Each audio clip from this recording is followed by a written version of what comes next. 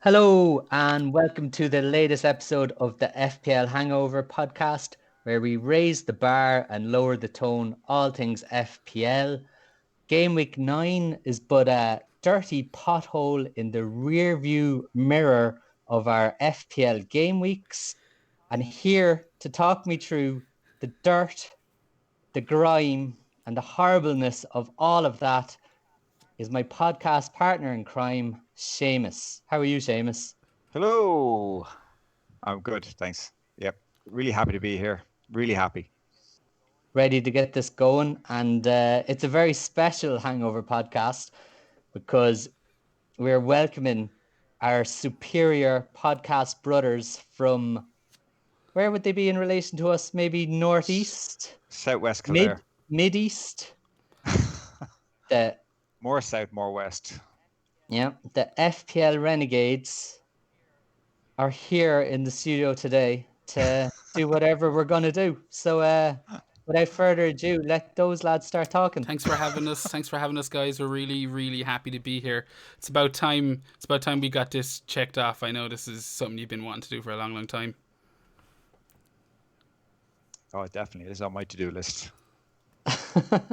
I'm not here by myself, though. Thanks for having us, guys. Can we switch this back now? Because I'm all sort of confused. Seamus is so confused. He's like, which one am I? Like, you're the bald guy with glasses? Am I Drew? Am I Kirks? Am I Jur? Can I just be myself again, please? That will do nicely. Yeah. Thanks. That's a great intro, Drew. Thank you. Over to Jur. It's as good an impression of Jur as I've heard this side of the Mississippi. Was that an accent I detected, Drew, or what's the story? I was practicing it in the jacks there as I went for It was not half bad. It was not half bad. I was kind of like, okay, yeah. I didn't realize I was that easy to mimic. You did a good job. But we are here. He didn't overcook it.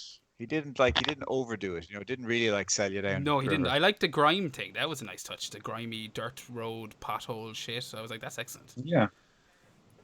It's very much a Limerick kind of team, the grime, dirty kind of team. So the Limerick bashing. I was going to go down we're going to stab everyone, but I thought I better not. Yeah, we talked about this beforehand, Andy. Yeah, so Kirk's warned me. 2.5 minutes in and we're already bashing Limerick City. Is that what it is? Yeah.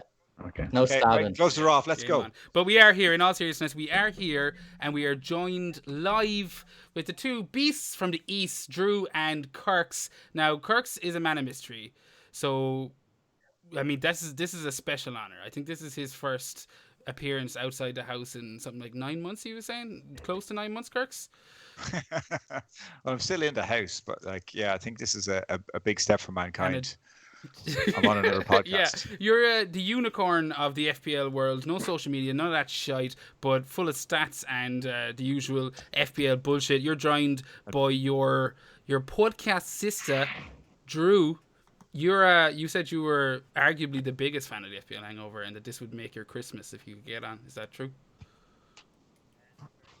That's very true, to be honest. It's the only podcast I listen to every week. And I know I say that I'm going to try and put you out of business, but that's like the biggest compliment you could have, Us at the Renegades, we're all about the clicks, all about the listens, and we're like, how could we get more listens? And it's like, well, we can just take out the biggest FPL podcast in Ireland.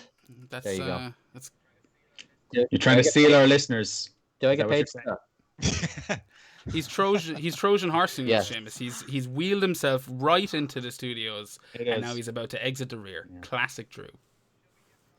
Shall we give them a proper introduction for those of you who are listening to our podcast regularly who don't listen to Renegades, which is about 2 people, because I'd say most people listen to both.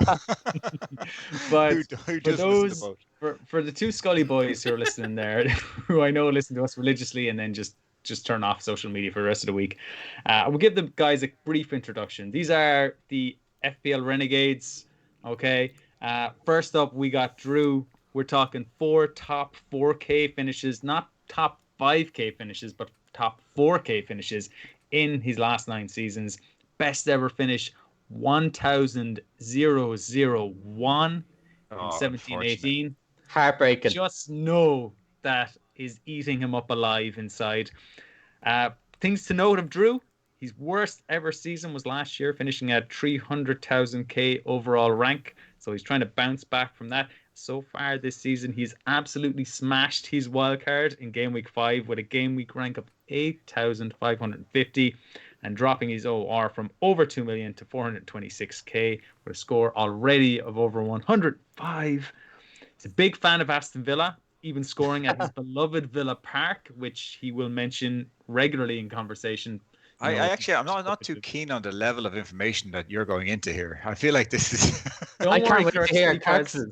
Don't worry, Kirk, because I know fuck all about you, so I have to focus on Drew here.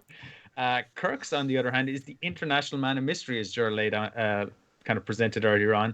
He's got 2 top 20k finishes in the past 2 seasons. He's best overall rank, 5,950, which is fantastic and better than any 4 of us in the last 2 seasons. He's having a shocker this year, though. Probably the opposite of Drew and the worst wildcard of all time, with a game week rank of 6.4 million in game week 3 with 26 points. Struggling this year. So I think they complement us just really well, Jared. That's who we're dealing with. Let's get on with the pod. No, hold on. You left out the best bit. I've broken the game week 7 million rank this week. Shh. Save something for the later part of the pod, Kirk. Come on. This is the main talking point. We should all be talking about this now for the next 2 hours. It's not like Kirk's to blow his load. This is exactly where we need to be kicking off. There's a fucking mosquito. Are you kidding me? In the height of winter. But I got that. He's dead. And we can move on. Kirk's, what were we saying there before I got attacked by that mosquito? Oh, that is where you need to be starting, Seamus. That's crazy. So, yeah, I mean, it is impressive. Who's not impressed? I don't know how you could do. I don't think you could do it if you were trying to do it. If you were trying to steadily lower your rank every week without being, ridiculous and taking hits and, just completely destroying the team, but being presentable in your FPL choices, and then to constantly watch that overall rank get lower and lower and lower, I'm just going, yeah, it is impressive. It's impressive. I mean, after 4 or 5 game weeks, I was kind of like, I'm doing really shit. Now I'm kind of like, I'm doing something here. I'm doing something here that nobody else has ever done before. And I'm kind of taking pride. No one has ever had the balls to do. How did your game week 9 go, Kirks? I finished 7,030,659. I'm pretty sure there's only 500,000 people finish worse than you. But your overall, and there's a lot of players that would have joined in game week 9 just to try and win some sort of prize. Yeah, and they're probably ahead of me. I don't know. I think the guys who are behind me are like the guys who have taken like shitload of hits just to like win a month prize or win a week prize. Like, it's weird. Like, because if you look at my team, you wouldn't look at it and kind of go, yeah, he's going to finish in the top or the bottom 500,000 of the entire game. But I've managed it. It's a lot of hard work, a lot of decisions. But Tell me something. Tell me what your low point of the week was, because there's no point breaking it all down. There's just too much carnage to go through. But if you had one particular thing that really bugged you this week, what was it? I think it was just the firefighting with all the injuries and the COVID. Like, so it was Trent injury, the Salah COVID, Wilson injury. Lamptey got sent off. I'll pick Lamptey getting sent off. Having swapped Trent for Cancelo to take out an injured player for a player who's going to play a good run of fixtures, Lamptey then gets sent off in the 89th minute, and he's now suspended. I think that was just a bit of a kick in the nuts. Yeah, that's got to be, I think, the case for a lot of people this week. A lot of Lampteys on the bench, even with, as you mentioned, kind of the COVID injuries and all of the kind of rests after international breaks. You saw a lot of people getting Lamptey off their bench for a -1, which is going to be a real sickener. But if you were to have a highlight, I'd imagine it's also a bench related, Kirks, or have you got some out of the box theory? We are one highlight of game week 9. I don't know if that's a highlight. That my highlight is basically a team who I thought were going to get hammered, which I have 3 players. So my highlight is the guy who scored against them coming off the bench for Mitchell. I mean, I don't know. That's not much of a highlight. I think it's pretty. I was looking at it on Sunday evening, and I was kind of going, all right, Mitchell needs to just play 5 minutes, and he's got a 20-odd game week score, and that's something. I could have finished bottom. So to clarify for people not watching on YouTube, because there are people who are just listening here, what they're referring to is Son coming off your bench, Kirks, for 10 points. Yeah. When you would have played like a whole host of shit players ahead of him, including Brewster, but like Justin against Liverpool. You're a Liverpool fan, right? You Yep. decided Justin was going to get more points than Son. All right. So I suppose the base of this is I have 3 City players, and I was like, right, what do I think is going to happen in this game? The City Spurs game. It's like, right, I think City are going to win. I'm fucking 4.5 million in the world. Like, I think City are going to win. Why am I playing? Why am I playing Son? That's a cover your ass move. So I was like, right, Mitchell's playing Burnley. That's fucking nil all written all over it. Justin is playing Liverpool. I have no Liverpool players because Trent got injured. Salah got COVID. So I'm like, right, I put him on the bench. What if Leicester get a result and I've got no Liverpool players? Right, so he's in there. And it was just a matter of I didn't want to cover my ass. I wanted City to hammer Spurs and pick up as much points as they could with all the little guys. I do like your the way you back your teams. Like you've got triple City, so you're like, well, I'm just going to go all in here, and I'm going to just bench Son, like this explosive player who, like, if you were to, if you're going to back anyone to score against for Spurs against City, it would be the player who's the fastest, who's going to. I think you have to look at Son's previous scores in games to really kind of get a full Kirk's view on this. He scored 18 points, 13 points, 11 points. Kirk's brought him in game week 7 against Brighton. He scored 2 points. He played West Brom, scored 3 points. Kirk's benches him against City, which seems reasonable. He scores 10. So, I mean, do you know what he had crazy. in common with his 24 points, 18 points, and 11 points? They were all away fixtures.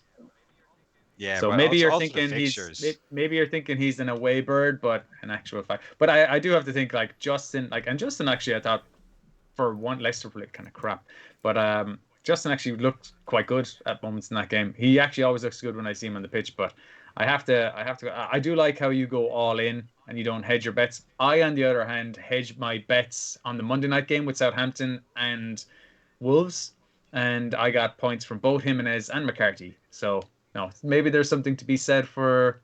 Yeah, that was good.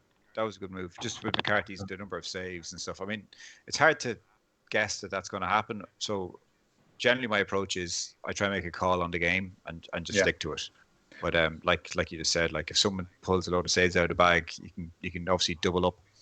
I was hoping McCarthy would get like 11 points from like a masterclass, and Jimenez would get 2, or Jimenez would score 2 goals and McCarthy get 1, and McCarthy and Jimenez that's what you'd expect. Yeah. So I'm hoping one or the other, but they can cancel each other out. So but you definitely seem to be all in on one or the other. You don't want to hedge your bets. No, always have it. It's a Kirk's rule. I actually texted Willie about it during the week. He was like, "What are you doing with Son on the bench?" I was like, "No, I've got 3 City players." All right, who had 13 minutes all for in. the first Willie mention? Was that you, Drew? Did you have 13 minutes in that? I thought it'd be a lot sooner than that, to be honest. I thought like 4 minutes. I suppose maybe. like we had that whole intro stuff going on that delayed it, but I think I had 12, so I'm closest to it. Seamus, you're next in line. You're next in the firing squad. We've given Kirks a bit of a batter in there. You mentioned your team already. I've already got it up on screen, so we might as well go straight to you. How did you get on in game week 9? Yeah, 76 points. I took a hit. -4 to get Kane out, which I would have been better off keeping Kane. He got 4 points. I transferred in Vardy. Didn't need to make that move. I'd already made my 2 moves. I brought in Fernandes and Grealish for Leandro Trossard, who was injured, and Salah, who obviously had COVID. Captain Fernandes, so I was delighted to see. That was obviously a big talking point by some talking fish this week about who is going to, how lucky Fernandes owners were. But he got his 11 points like he does if he scores a goal, especially if it's the only goal in the game. He will get the 3 bonus points. He got the 11 points. So that was 22 points. That was part of the reason I thought it was worth the risk taking out Salah, because I was going to give him the armband.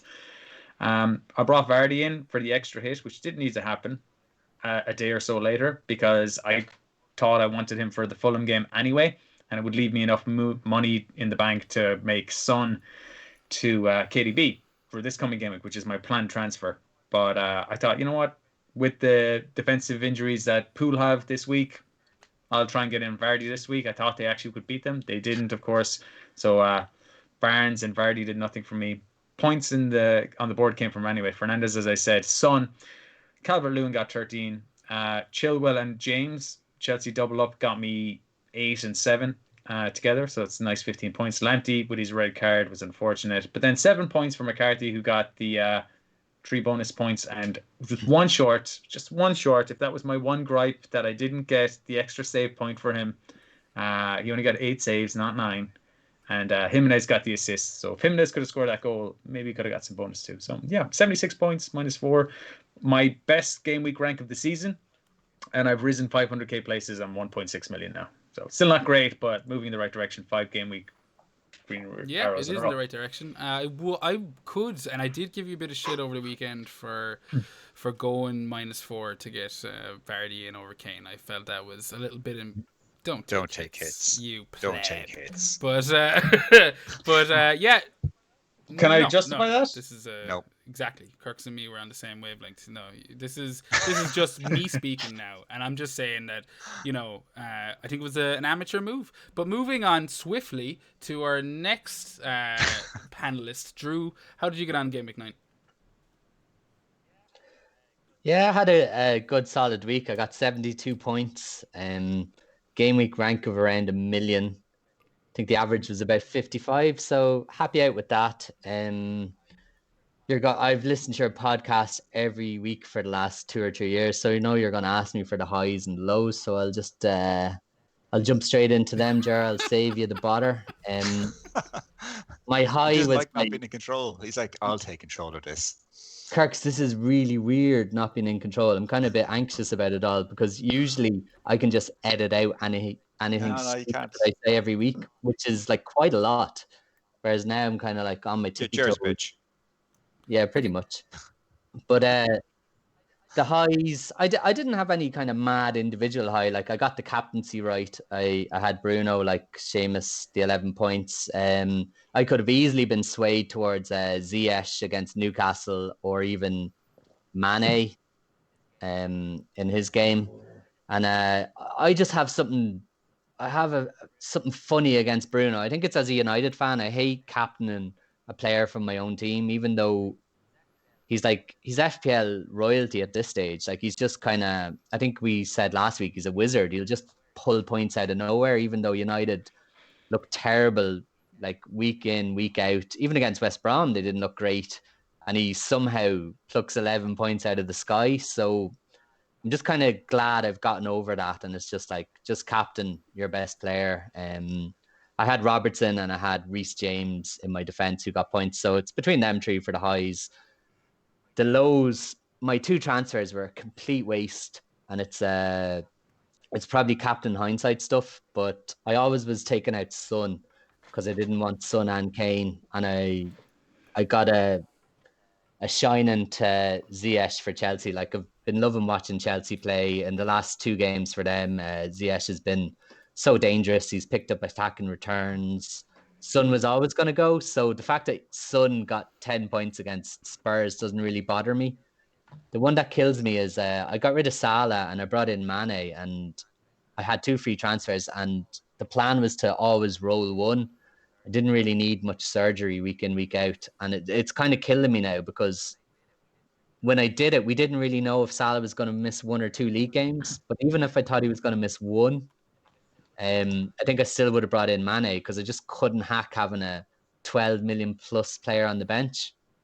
And like Mane got 3 points. He could have easily got a haul though, which kind of makes it a little bit easier for me. Was on the verge of scoring. I don't know how many times in that match. Yeah, he definitely had at least, I can remember, 1 clear-cut chance to score.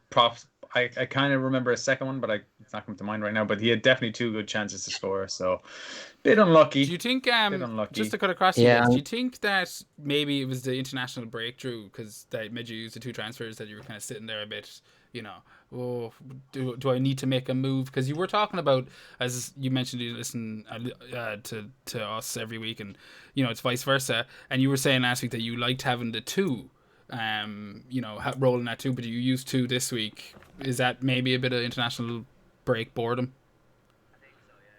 I think so, yeah. Just sitting in my hands for the international break, and it's just if someone had guaranteed me that Salah would be out for one game, I still couldn't honestly say that I wouldn't have moved him out. It's just the 12 million on my bench, like Mane in my head, Mane could get 15 points here, and I'm going to be a hero.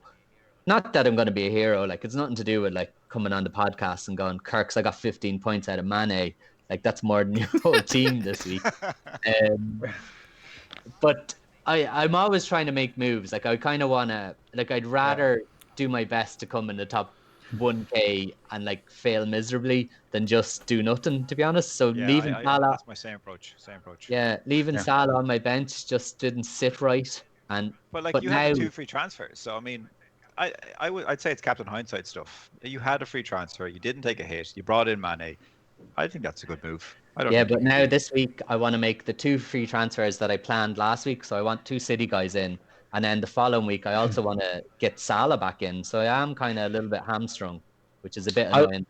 I'll compare it to the following. I assume all 3 of you had and captained Salah game week 1. Yeah. No. Yeah. No, you didn't. No. Did you captain Aubameyang? Yes. I did not have Salah. I had Mane and I captained Mane game week 1. So to see Salah get that, like that was a huge swing. I'm already 34 points behind, or whatever it was. 36 points behind the rest of everyone else this season. So I'm still trying to catch that up. Like immediately, like no one's. I was kind of going. You know what? Mane starts the season excellent. I want a Liverpool player. I'm going to put on Mane as my captain. Now, I wildcarded a few weeks later. I brought it around and I brought Salah back in. But that's kind of your thinking. Was the same kind of logical thinking that you made this week. You're like, you know what? Without Salah, Mane is the guy to do the business. And it's kind of a shame because I remember at one stage I was like, if they get a penalty, Milner or Mane might take this, and then I realized, Milner is the next up, because Mane was taking them, if you recall, a couple of seasons ago in preseason. He was burying him, so I think he's probably third in line. But, and he took one during the international break for Senegal, so I thought he definitely might be on them with Salah. Fabinho's third, is he? Over. Fabinho has a great penalty record for Monaco. That's all I know. Yeah, so maybe. Who knows? But it's like I do kind of see where you were going, and I definitely think Jer's onto something there, saying, look, if it wasn't an international break, you might have been able to overlook Mane. I was very similar to doing the same move you were talking about. I was thinking, instead of getting Vardy for Kane, maybe I want to get Ziyech. I was really tempted for Ziyech this week. He had a great fixture against Newcastle. For Son, I just felt like Son was more likely to score against Man City than Kane, because of the way they would line up against Man City. If City were going to get scored against, it would be probably on the counter-attack, and Son is their fastest player. So, yeah, and I was like, there's always a chance it'd be a Kane assist. So I just said I'd keep Son and I'd sell Kane, because I do want to take money out of my forward line. As it turns out, I've taken kind of fuck all. It went from 10.9 down to 10.1 or whatever. I really wanted to come down to like a Watkins or something like that, and I was really considering Richarlison this week. I actually asked you guys what you thought of Richarlison in your pod last week. What did we say? You did. You said no originally. Then you kind of turned. You kind of, as the pod went on later on, I think you came back to it and said, you know what, maybe Richarlison could be a good bet. Yeah, but he only got 5 points, and Vardy against Fulham this week, I think I said I would offset the points, and I'm really hoping that Vardy against Fulham this week could do the business. So I'm actually considering him for captaincy. You done spouting your nonsense now, Seamus, are you? Fucking yeah. I think what Jer's getting to here is Jer wants to talk about his game exactly for once. I mean, I could do the highlights and lowlights, Drew. I appreciate you being on the ball in regards to that. That's usually a technique I have in place to keep Seamus reined in. As you might have noticed, he has a tendency to just list out every fucking player on his team, and I'm like, oh, maybe just highlight lowlights, and then he'll just naturally give me a wider berth. Yeah, Drew has the same problem. Usually I just keep talking over people as just talk over them. But so basically with my team, I was trying to throw a bit of shade at Seamus there. But same as yours, Drew. I didn't realize how similar our fucking teams were until I have them up side by side here. And very, very similar. Captain Bruno, Calvert-Lewin, Kane, Brewster. You got rid of Son. I held on to Son, but we both had Robertson, Martinez. We both suffered the Barkley 2-minute injury. So, like, you know, crazy similar teams. I'm imagining that's just me trying to mimic the vicious highs that you've had in your past FPL career. But all in all, game week 9 was fine. 76 points. I'm pretty happy. Cut the rank down. I'm finally inside 1 million, and hopefully it keeps going. But I think that's enough with game week 9. Unless you guys have anything you want to mention before we move on. Can we just point out, though, that Bruno could have had an absolute monster haul as well. I know everybody like on FPL Twitter and that listens to podcasts know that, but just when you're kind of talking about, the luck with the penalty and the retaken penalty, like he put 2 chances on a plate to Martial and Rashford. Like he could have easily had 20 points. And he does offer a lot more than penalties these days. Got to agree. I think he created 6 chances this week. Is that what I read in the stats? 6 key passes anyway, yeah. Yeah, he had he played very well. Like, and United, I have to say this. Like, I'm a United fan. You're a United fan, Drew, right? Yeah, I think you're Liverpool. Yep. Yeah, me and Jer are United fans as well. Like, such is our bond. But what I will say is this: they look shit. They're terrible. You know, they were terrible. Bruno is the one bright spark that will create the odd moment of, oh shit, we might score here. And when he does that and he lays it into Martial or Rashford, and you're hoping they're on the ball and they'll actually smash it, and they don't, it does break your heart. But it is encouraging to see that a player, like the only player I have any interest in, I did consider briefly getting Rashford in. So happy I've just stuck with Bruno now. Yeah, not only because he got the points, because absolutely shocking. And sometimes you say it to people and you're like, United are crap, and you kind of get the defensive kind of stance. We're in transition. Like, oh, no, look how good we are in Europe. Yeah, but like until they scored that goal. But Kirk, you used to say that back in 98, 99, and then they went on and won the treble. Like, you're the biggest ABU I know. So it's hard to say this when Ronaldo's banging in hat-tricks. I only care about FPL now. You know? Yeah. It's hard to take you seriously when it comes to United. But like until they scored the goal the last day, it was a flip of a coin on like that could have been 0-0 or like West Brom could have nicked it. Like I know, honestly, yeah. Well, until the goal Bruno has done tonight in the Champions League. Bruno has come off in the 59th minute, the cursed 59th minute. So if you have him in your Champions League FPL team, you would have lost out on some points. But he's got 2 goals and awarded what would have been the 3rd goal to Rashford. So he could have had a hat-trick there tonight. Drew's walked off in disgust. Sickened. But can't take this. Yeah, he's got another 2 goals tonight, neither from the penalty spot. So his first goal's cracker supposedly as well. So I'm gonna watch it afterwards. We were too busy prepping for this pod here, but I think Bruno is the only option in United I want right now. Even let me ask you this, defense. Kirk. I think that you, out of the 3 of us, you don't have Bruno, so I think it's the fairest thing. Are you thinking of getting him in, or is this like, have you made your bed there? I would love to have him in. I think at the start of the season, we were doing our teams, and we were like, United finished last season so strong, and we were like Rashford, Greenwood, Martial, Fernandes. Even the defenders, you're kind of like, they tighten things up. They were like really high on the radar at the start of the season, and I built my wild card around bringing in United players. I brought in Rashford, I had Greenwood, but like we talked about it, and I didn't follow through. Was just get Fernandes in, like. He takes the penalties. He's going to be involved. If Rashford scores, it's probably Fernandes. If Martial scores, it's probably Fernandes. If they get a penalty, it's going to be him. And I didn't go with it only because I was lured away by Greenwood's price, in that I wanted to save the money. I think it was whatever, 2.5 million or something. So I thought Greenwood was going to play like the way like they finished last season, and it didn't happen. And the safe move and the correct move in hindsight was Fernandes. Are you looking to get him? Like when you look at United's upcoming matches, they've got Southampton, West. No, not in the immediate. My problem is like, and I'll keep saying it, is I've just got too many problems. Like I don't have a player to remove 1 for 1 to get Fernandes in. Like I have to get rid of probably 3 or 4 players. Okay, so assuming your team wasn't on fire, you have Southampton, West Ham, doused in petrol, standing right next to an open flame. You've got Southampton, West Ham away, City at home, Sheffield away, Leeds at home, all in the next 5. Would you advise someone else to get Bruno in, or do you think you can sit out these fixtures? No, if you can afford to get him in and you have a transfer free, he's definitely one on my radar. I think the problem is, and it's the same problem I have with Spurs, is when you watch the team, you're looking at them going, why would I want someone from this team? Like, why would I want to go out of my way to get somebody in? Like, they just don't look like they're playing very well. And this is like, Southampton United. Southampton are playing really, really well. I couldn't tell you, like, here now, United are going to beat Southampton comfortably, and Fernandes is going to score and he's going to get points. Now, the FPL record would indicate get him in because if they get a penalty or if they get a break, he's probably involved.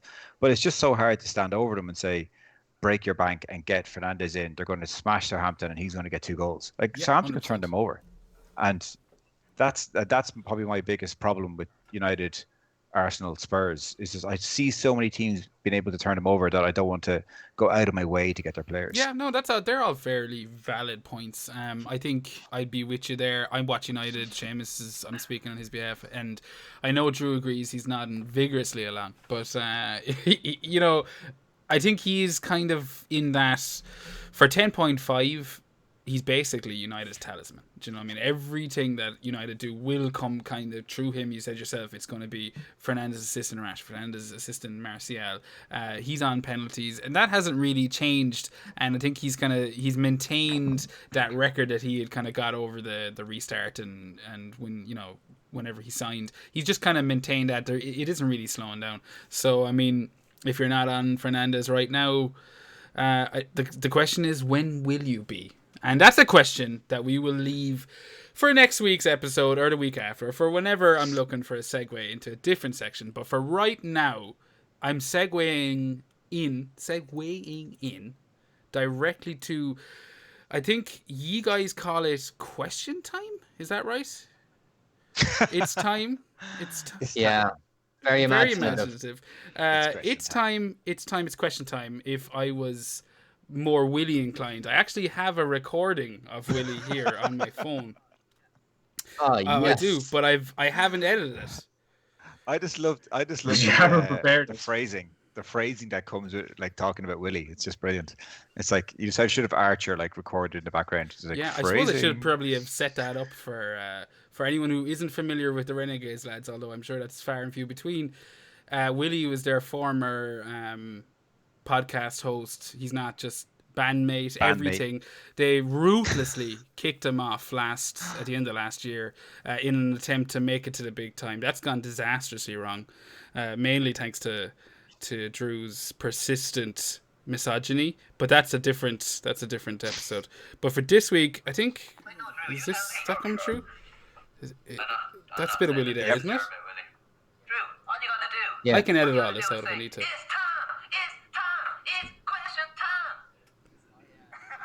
Oh yeah, he's a jockey, so he is. He's a jockey. And there he is. The best bit question time. The best bit is before that. We're usually like on a pause. We're like, "You're going to do the question time bit?" And he's like, "Absolutely not. I am not doing that this week. I'm fucking embarrassing myself, making a show of myself. My kids are disappointed in me. My family are disappointed in me. I am not doing that." Okay, we're live. What time is it? It's time. No one is disappointed in Willy when he does that, because I think he does it better than I think any of you could mimic him to do it. Oh God, no! Yeah, it's quality. He's got It's a quality childlike radio. wonderment in his voice that few of us. Here on the Hangover, we call it something different, though, Jared, don't we? We call it the I thought drunk you were tank. going to segue into a really cool, like, we call it the drunk tank. Pause. I insert the music, but nope. He just said it like a normal person. Brilliant. Just said it like an unprofessional person. Oh shit! Seamus is the Willy of the Hangover podcast. That's He's what I'm moved learning from tonight. Drew to Kirks to Willy. This is a slow devolution, Seamus. Oh, is that Well, the order, in is it? in how we've presented Seamus, like you were saying, you thought he might have been Drew, and it's like, oh, maybe he's more of a Kirks. The sit in the background, looking mysterious and do the work, but reap all the rewards, while me and Drew, work like donkeys. I'm sorry they disrepresent yourself like this, Willie. It's just we get a hard knock here. Life. But look, we're getting we're going off on a tangent, lads. You know what time it is. It's the drunk tank. So first up this week, I'm gonna I was full sure you were going to sing a song there. Sorry. There's a weird gap. I just thought That you were going to gap start is singing. for the audio version, Kirks. This is how little you give a shit about The Hangover, which is something I have to appreciate a little bit. I didn't know. As far as I know, you were going to start singing there. I was just like, oh shit. It's the drunk tank. It's just a nursery rhyme straight into it. But no, this is a regular section. Kirks, we do a little bit of a musical cue right there, right here. I did a refrain, so the lads listening will hear that back. And yeah, we go straight into questions. So this week I usually have snapshots for anyone listening on or watching on YouTube. Make sure you subscribe and all that shit. But I usually have snapshots of the questions and all that nonsense. But there's just a fuck ton. I have to blame these two lads. I think they've brought their whole raggedy ass crew from Kildare down. And yeah, there's a shit ton of questions. So we're going straight over live to Twitter. That's my account. It's up live on the video. I can't believe it. And yeah, the first question this week is from... He's an FPL question machine. This guy eats FPL content for breakfast. I'd hate to know what his droppings look like. But he asks, Nuclear Atoms, at Adams_Nuclear asks, should I keep Son because it looks like he might haul in the upcoming fixtures? Or should I bring in Vardy for a hit to attack his good run of fixtures? Seamus, you love taking hits for Vardy, so I'll let you feel that one. Yeah, well, I think there's no better fixture to take a hit for Vardy than Fulham away. Of course, you want to wait until you see if he's got any injuries. There's some people trying to make out that he was limping off the field against Liverpool. He's kind of had a persistent kind of hip injury for like the last season or half a season or something or so.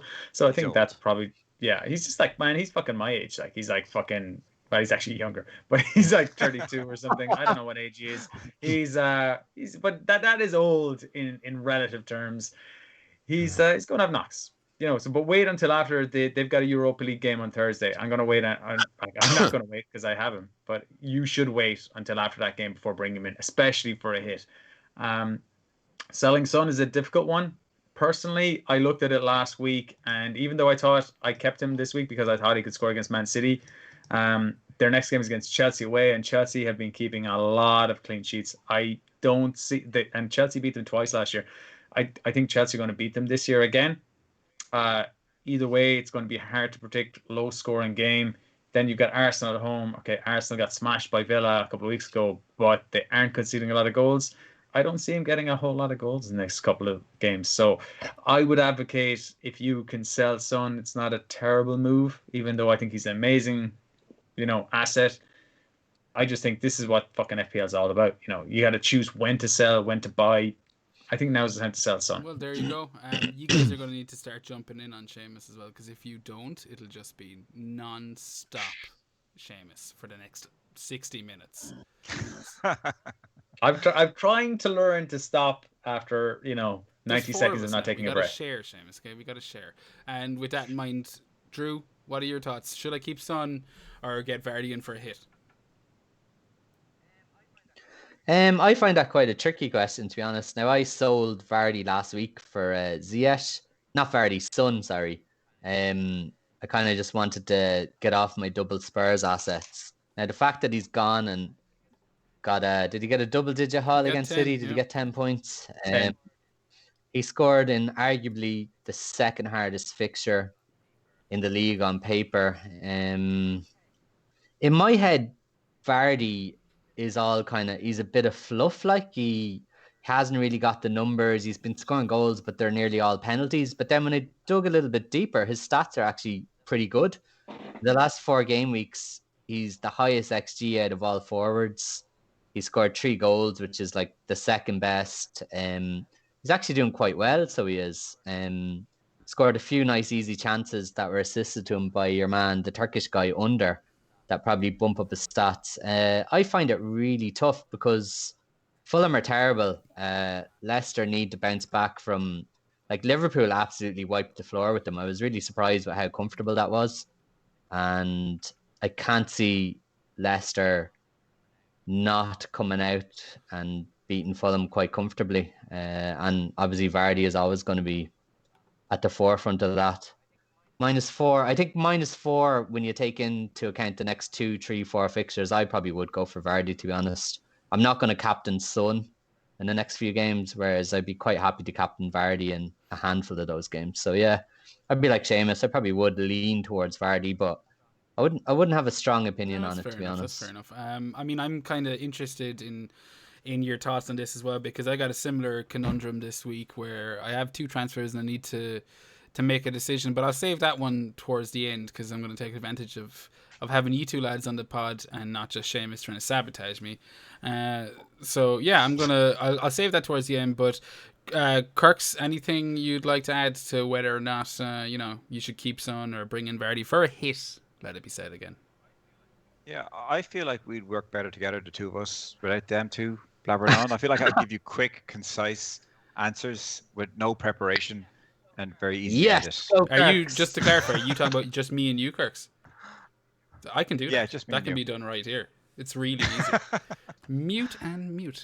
Sell Son, hard fixtures. I regret not selling them last week, even though he got 10 points. He doesn't deserve that goal against City. He won't score against Chelsea, Arsenal, Crystal Palace, Liverpool, or Leicester. How ungrateful! He Fuck him. came on and saved you from like a 20-point week and turned it into a 30-point week, and you're going, nah, I fucked up. Should have got rid of him. I was going to finish 7 million or 7.25 million. Like, fuck it. What difference does it make?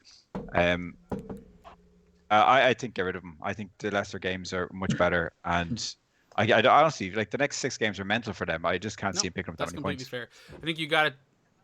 Jared, can I just say, like, I can't recommend Kirk's enough. It's just the depth and nightness of all his answers. It's just so refreshing compared to other pods. I love it. Yeah, it's like the unintentional dig there towards myself. It was very intentional. I love it. I was thinking the same. I was like, I wish I could put my balls on the line like that. But yeah, no, yeah. But essentially, I was saying that, but a bit more fence sitting. You too could be 7 million plus. No, that's definitely something that I'm gonna have to have a chat with Seamus with after all this is over. Like, can you be more like Kirk's, and how much more can you be? You don't want it. You really don't want it. You think Son is going to get a load of space against Chelsea and Arsenal? No. Like, are they going to want them? They're probably not. Like, Chelsea are so tight. I think Chelsea might play 5 at the back against them. He's done it a couple of times, like where he's just gone with more defensive lineup.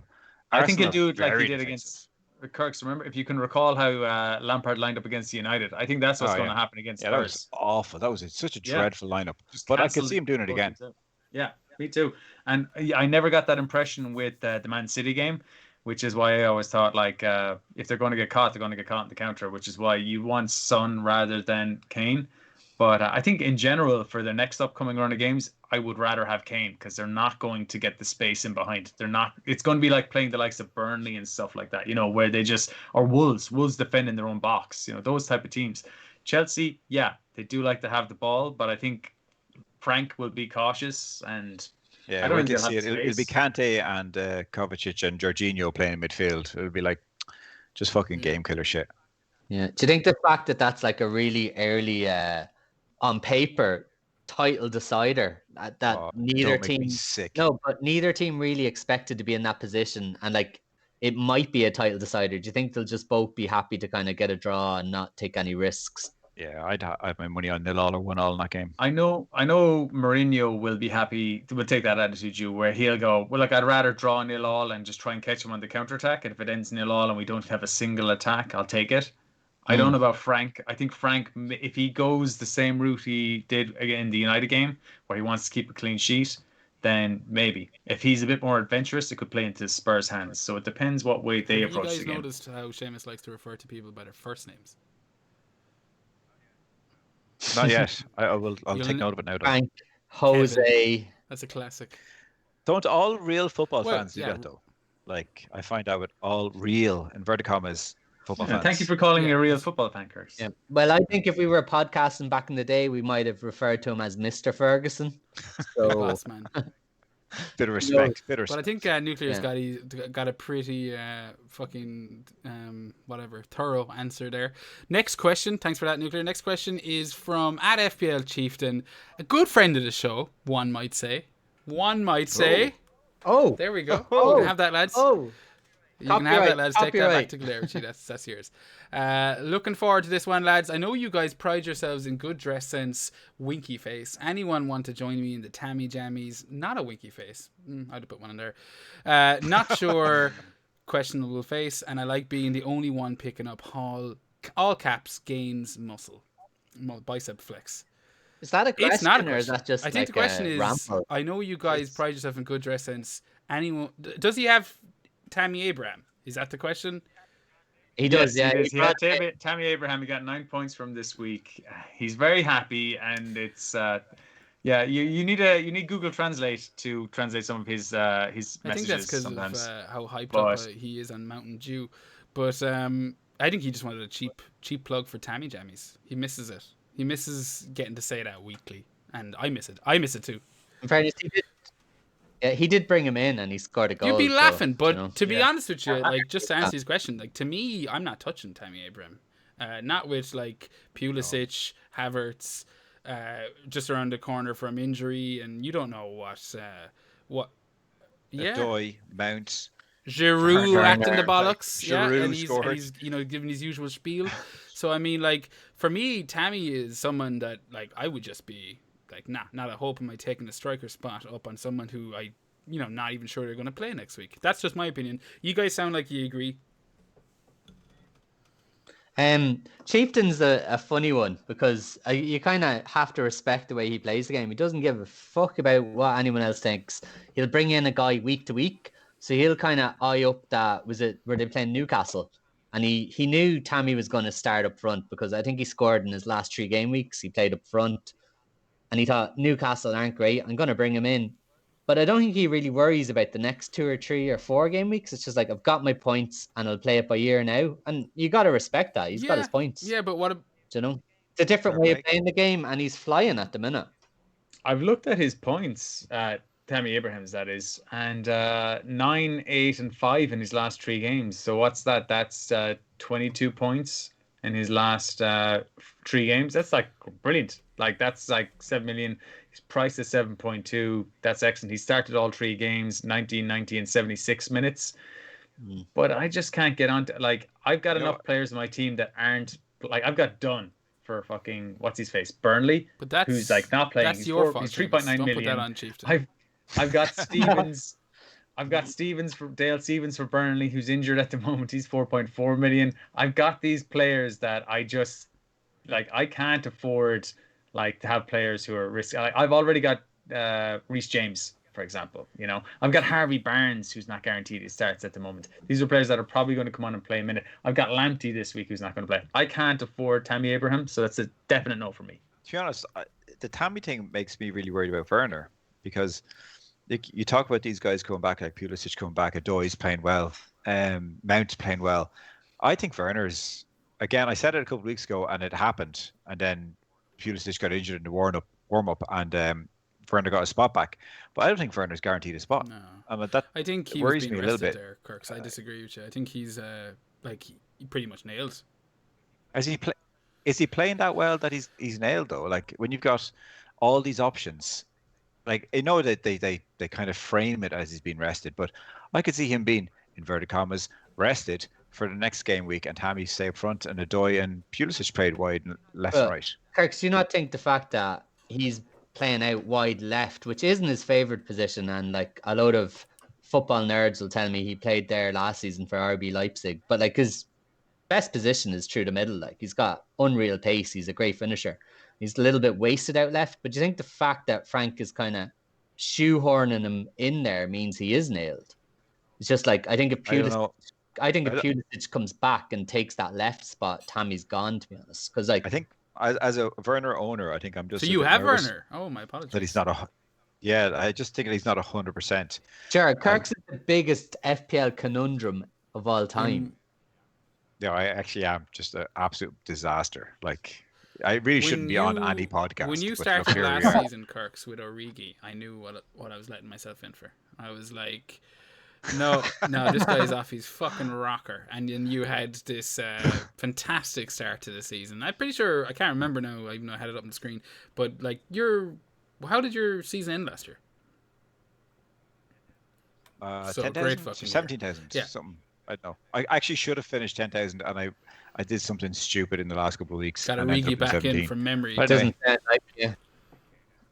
could have been But Keita. yeah, but that's what I'm saying. Like, I was seeing this and I was going, like, I mean, like, that's why you named the show Renegades, wasn't it? It was you wanted to name it FPL Yeah. Maverick, and you thought that sounds too cool. We'll go with Renegade, and it was based on Should go with FPL Maverick. Mavericks, and then just be throwing cards at people all the time. I don't know why.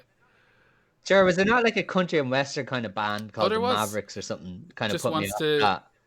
They want Fucking hated that They song. want to dance dance the another other way. way, don't they? Oh, I hated that song so much. Couldn't name a podcast. Yeah, that's fair after enough. that. I actually, now that you mention it, hate that song too. That was one of those classic. The mother's had a couple of extra glasses of wine, and she's put a song on the speaker. What is it? Oh, it's the Mavericks, and she's trying to drag you up to dance, and you're just going, fuck right off. But yeah, no, So it was a mix of Kirk's and your mother that put us off that pretty Mavericks much. And I name. think I kind of knew it back then as well. I was like, there's something else involved. There's some other force that's changing this. But Chieftain, there you have it. You've got a lot of anti Tammy Jammies here, but I think there's a case being made for it, and you did get your points last week. Next question. I kind of want to keep doing Drew's thing here. Another great friend of the show. No, I'm just joking. DD. At DD1978. No, he is a great friend. It sounded like I was just saying, oh no, I'm just joking. He's a tosspot. No, he's always on to us. And Sure, you can have that. You can have it for tonight. For tonight only, you can have it. I will graciously accept it. So, great friend of the show, DD at DD1978A. He asks, there's two questions here. Greetings, gents. Brought in Bruno, but honestly, United are worse than a rum hangover. So it'll be KDB for me from the next week on. Given that City are also puke-inducing, is it worth a double up, and if so, which player? And I'll save the second question for afterwards, because that's a bit of a tougher one. But yeah, so he's brought in Bruno, but he's going to KDB. He thinks City looks shit, as shit as United. I don't know if I'd agree with that, but I get where you're coming from. Pretty rough start to the season for me. I think there's much of a muchness. Seamus, you've been quiet for worryingly long. What do you think, Bruno, KDB? Oh, he's done. He's gone. He's left us, has he? Oh. He's on mute and he's just waffling classic. away. I'm talking away, but I had my microphone on mute. My apologies. No, I have been listening. I was making myself a drink. I've got myself a White Russian here nice. because I ran out of beer because we were prepping this pod so much. But this question is similar. It's similar enough, Jared, to our friend Eamon's question, who asked us pre-pod. You phrased this one very elegantly. I think in the most sorry. Yeah, it was the most eloquent way. We've got a few questions similar to this, and this is the most eloquent way I can see it. It's like, should we just forget about bringing in City mids and attackers? Are they just overpriced bitches? And I think that's the best way that could possibly be put. This is going to determine my strategy for the next few weeks. Just to cut across you there, Seamus, just to paint a little picture. If you could, sum up Eamon, he's asked a few questions. He is basically Kirk's minus the football knowledge, let alone FPL knowledge. I was watching Home Alone the other day, and I was watching the two guys. What's their names? The Wet Bandits. Stop stirring your fucking drink. The Wet Bandits. Sorry, but I was watching the Wet Bandits in action, and I realized if you were to combine Marv but give him some football knowledge, that would be Eamon. And he'd also like taking that's little kids. That's hilarious. What a fortuitous turn of events. But getting back to the question, Okay. Bruno over KDB, Seamus, talk us through it. I think if you were to look at United stats, especially Bruno's, he performs better away from home. Okay, so I actually quite like this fixture coming up against Southampton. Even though Southampton are quite a good team, I think when United play against a good team who will come at them a bit more, it suits them better than the likes of West Brom, who just sit back and try and defend. So I do like this fixture. You saw it against Everton. Everton, decent team, have notions, think, maybe we can get a result against this. They'll come forward a bit. They'll get caught in the break. Okay. Same happened with Burnley, not Burnley, but Brighton this season and last season. I think away from home, Fernandes could get joy. So I wouldn't be selling against this game. And then they've got West Ham, and West Ham have been playing well this year, but I think away from home, yeah, fuck them. They're still shit at heart. Like, it's Moyes. It's manager. Like, let's not mince our words Shit here. at So, heart, yeah. Oh, yeah. I'm going to use that again. Yeah.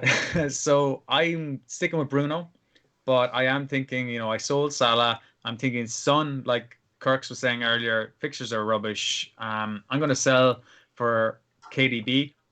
Yeah, I could get on board with someone going for Sterling, but I just think KDB is like the player on that team I want. So, yeah, I get on board with a City midfielder, but for me, it's not at the expense of Fernandes. Fair enough.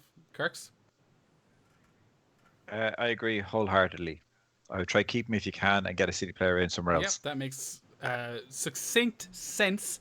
Drew? I'm usually accused of rambling, and I think I just have to agree with the two boys. Like, I want both. Like, I have Bruno at the minute. I'm just desperately trying to fit KDB into my team, and it's not going to be at the expense of Bruno. Yeah, I'm in the same position as you. I'm getting KDB in this week, and not once have I looked at replacing Bruno with KDB. It's just, nope, it's Son or maybe completely destroying it. But I think we're all in the same boat, and we kind of touched on Bruno already, Didi. But for me, like, if I've got Bruno in already, I'm not breaking my balls to get KDB in. I don't even know if I'm getting in KDB, but I think you heard it, lads. He's got a second part to the question, a bit of tougher one. I'll throw this to you, Drew, first, or you first, Drew, because I went with the other lads. Also, your mate's hot as fuck girlfriend from years ago. She wants to meet up. Thoughts? Specifically vague. She doesn't have any pictures, but he's morphing Scarlett Johansson and Jennifer Aniston into one big creamy pint of the black stuff. I seen this question yesterday, Jer, and I think that DD guy is an absolute spoofer, to be honest. I asked him for pictures, and like, he could have sent us a really innocent kind of, picture of her on a school tour, sitting on a bus. Like, it didn't have to be anything kind of. Why is she on a bus? I don't. On a school tour, Drew. Just something a school normal, okay? tour. She's Something in normal. school. It didn't have to be too revealing. It didn't have to be anything kind of out of the ordinary. A few things come into mind, like, how hot is she? How good of friends was he with that bloke? And how long were they together? Like, it's a very vague and kind of spoofery question to me. I can't really answer it without details. Sounds like there's more questions than answers. What about you, Kirks? You're giving it. What about you? It's just. Are we getting a pint of goo? Getting a pint out of it? Like, is that what you said at the end? No. He's saying she is kind of mixed. She's with hotter than Jennifer Aniston, and way hotter than like the best pint of goo. I don't like Jennifer Aniston. I like goo, so I'm a bit torn here. I don't know. A bit gay by the sounds of it. She's hotter than a pint of goo. You're the hottest pint of goo you can imagine, Kirks. She's hotter than that. Jennifer Aniston looks like Barbara Streisand, so she does. Not. But lads, forget about what they look like. You're increasingly losing credibility here, Kirks. Yeah. The thing here is, can you go near anyone that any of your mates have ever been with? Like, what are the ground rules? It's straight up no. Bros before hoes. Like, as you said, obviously certain things matter, like in terms of, how long was he with her, all that kind of shite. How hot is? Well, I think it depends. Like, if it's your best mate, then no matter how hot she is, she might as well be your fucking sister. But no, if it was like a brief thing, then nah, I think you're fine. But I'm just worried about Didi. Is this normally an Agony's Aunt podcast? I've never listened. This is Didi's specialty. Kirk, would you prefer this? Yeah. This is what your podcast is missing, Kirks. This is what we do and we deal with each week. Do you know what the last question? The last question that the Renegades asked, Kirks. Yeah. No, what animal would you rather fight? There was a few, but I think one of the most recent ones was, what animal would you rather fight in its natural habitat? So I mean, I think Didi's in good company here on this podcast. I didn't realize I stooped that low. He stoops. I'll have to talk to my I thought you were going to say manager. Supervisor there for a second. But we'll move on, Didi. I don't think Seamus, I know we kind of skipped you, but do you have any thoughts on? I'd like to hear Seamus's idea, because I think Seamus is a creep. He is, but he's on camera, you see, so he's not going to let that side through. No, I've never met like a fucking woman that was fucking hot enough to fucking betray a mate There for we her. go. So There we go. fuck We're that. all No. of we're What a all of bro. moral virtuosity, if that's a word. Lads, I There's can there's tell plenty you more right there, efficiency. You can Willie, cast your net somewhere else. And yeah, Willie would hang all of us for a go at Oh, Ryan I don't Gosling. doubt it. I don't doubt it. I'd say he'd hang us for a lot less, if you ask me. I think we Yeah. need to rename our podcast to like All About Yeah, Willie or you'd something. get a different demographic then, Kirks. Absolutely different demographic. Yeah. But we'll move. More Yeah, but that's listeners. for sure. But next question, FPL Fairy Steve. He at FPL Fairy, he asks, he's keen to hear who we believe the best Mitchell replacement is for 6.2 and under. I'm going to say it out right now because I got to go for a piss, and I'll leave you guys to discuss it. But Bamford, for me, he's someone I'm extremely interested in regards to my FPL team. I think he might be a season keeper if you barring injury and all the usual bullshit that goes with that. But for me, I think he is just looking like a focal point of Leeds' attack. And Bamford's my Mitchell replacement without a doubt. But Kirks, throw it to you. What do you think? 6.2 replacement. I think you shouldn't be replacing Mitrovic. Like, why do you have Mitrovic? Should have got rid of Mitrovic at least 2 weeks ago if you were taking a punt. I don't know. Get in Brewster and just save some money. I don't know. Why are you replacing him? Why do you have him? say his team is in your position. His team is absolutely on fire, and he's Well, like, "Who the hell do I have?" that's probably what's happening. In fairness, I imagine Like, this is where the question is coming in from. I don't know. So you're saying like you shouldn't be in this position in the first place. If you are, you're an absolute idiot. It's great advice. Drew, what do you think? I'm like, why did we bring Kirks along to this barbecue? Just like that's the ultimate insult. I agree with Jer. On all known stats, Bamford is just miles ahead of anyone in his price range. He's 6.1 million now. He's a really frustrating asset to own. Do you have him? No, I don't. And I kind of wish, like, if I had him at the start of the season, I think he would be quite a good season keeper because he's one of these freak kind of players. Like, he'll get all the shots in the box, all the big chances. He's going to miss so many big chances, but he's going to score all these fucking crazy Robin Van Persie kind of style goals that you're not expecting him to score. Was it against Villa in the 3-0 win? that was incredible. Yeah. Though. And he's just one of these people for 6.1 million. You got to keep. The only other guy I thought of, and he's currently injured, but I think he might be back, is Mikel Antonio.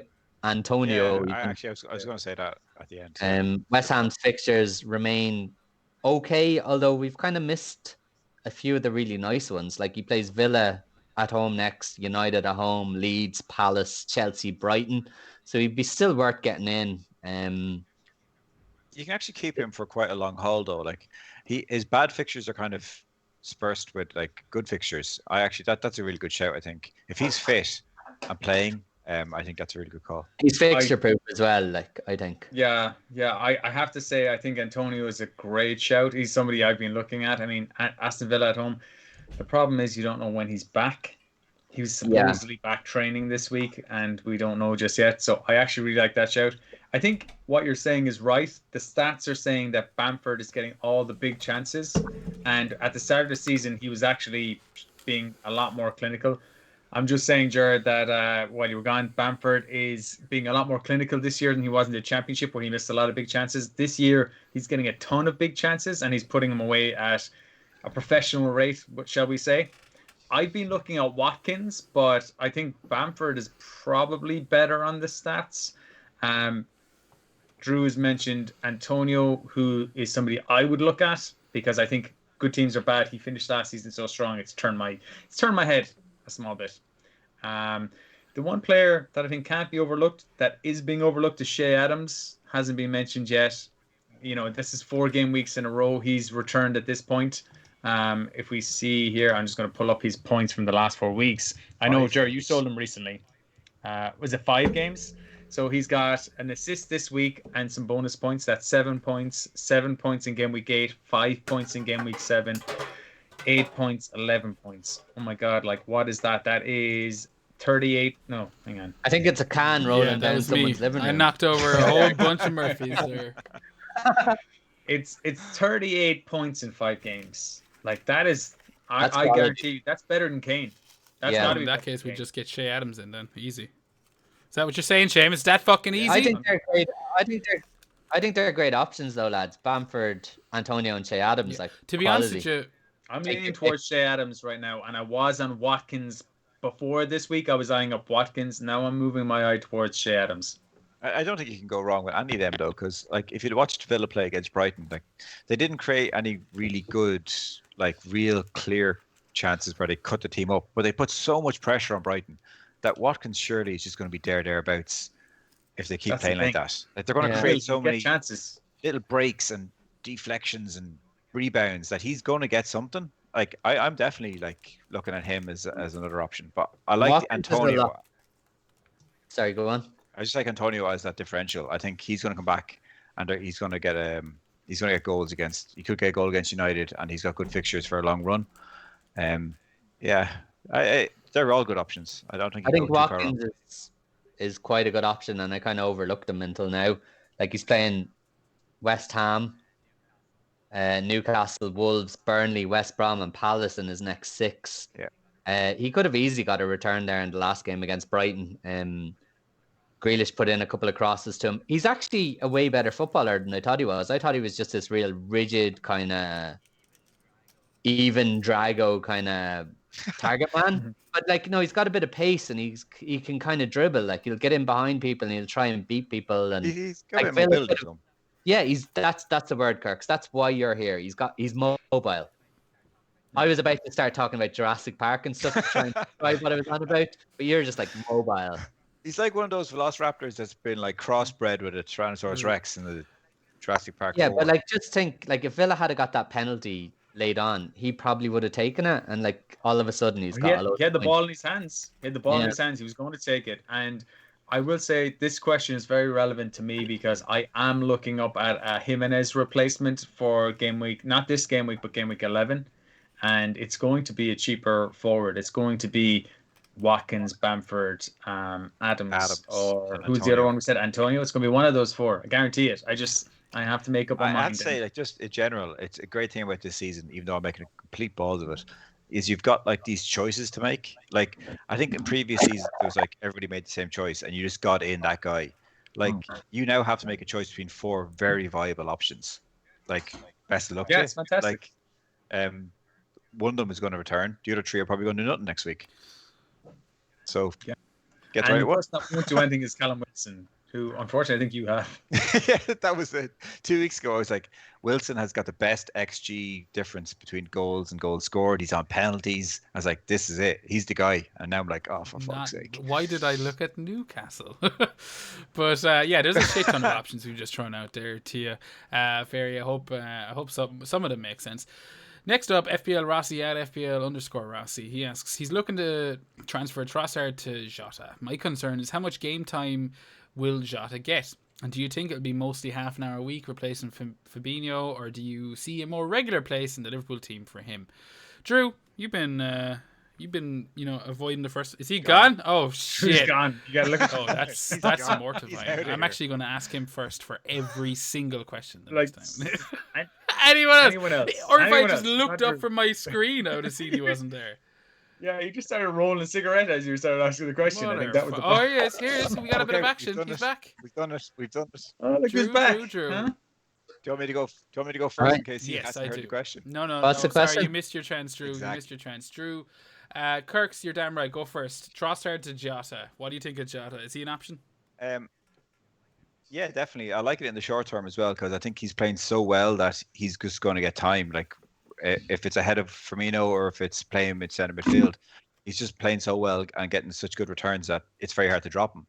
I would say in the longer run, if his form drops even a little bit, I think he's probably at risk to go back on the bench. It's too easy to drop him with the 3 guys so established. But like for whatever price he is, 6.6 or whatever the hell he is, I don't know. It's not that much of a risk. I mean, he's just on such a form of his life, like in terms of goals. So if you can get him in, I would definitely have him. Like I've got Foden at the same price range, and look at that. Especially for the likes of Trossard, which Rossi has mentioned. And I think, Seamus, you've been stung by Trossard already this season, so I'm sure you'd advocate a swift move to Jota. Yes, I would.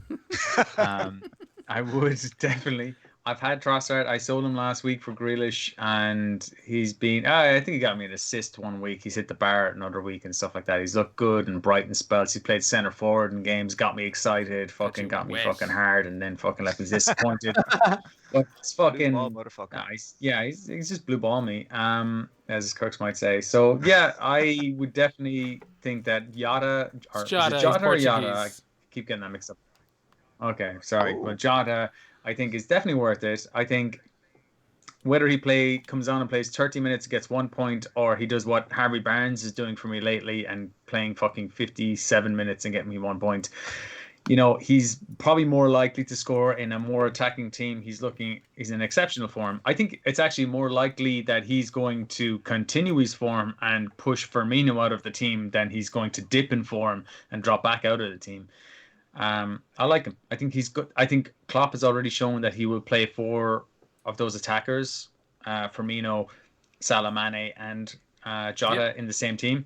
So I would definitely, I would have no hesitation going in. Drew, now that you've had sufficient time to, I don't know, rest your weary soul, how do you feel about Trossard to Jota? It's not rest my weary soul. It's drain my tiny bladder. I thought you were going to say tiny something else there for a second. Get another beer. But I think Kirks and Seamus have covered that quite well, and I won't really get into too much detail there. Like, they've both covered it all. But the only thing I will say is, like, from a mental point of view, you have to be prepared for him not starting games. Like, he is going to start probably 75% of the matches. He's going to come on for 20, 30 minutes. He's so dangerous. He's going to get you points in all those games. And if you don't lose patience with him, it's like Kirk said with Phil Foden. And it's probably a bad example because he's just not starting any games. But at the start of the season, people were thinking, you bring him in, he's 6.5 million. If he starts 1 out of 2 every games, he's in such an attacking team and he's so dangerous that it's worth it.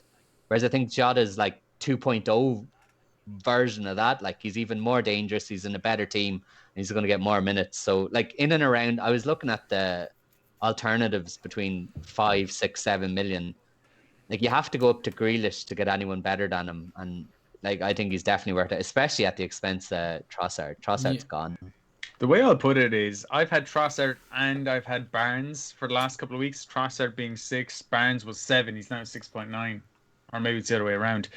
But both of those players have absolutely done nothing compared to what Jota's done in the last 5 weeks. So don't overthink it. Jota is in better form. The eye test is good as well. Like, Jota looks quality. Like, it's not like he's just like picking up an odd goal here. He looks quality. Yeah, but like, you bring in Jota for 6.6, 6.7, whatever he is, and like, keep him in there for the next 6 game weeks. Don't get like anyway kind of despondent if he doesn't start a game. Like, he's playing Brighton, Wolves, Fulham, tricky one against Spurs, but then Palace and West Brom. Like, judge him at the end of those 6 games. He's going to start at least half those games. He's going to get a bucket load of points. Yeah, fair enough. I don't think he can do much less than. He's going to be your 4th player.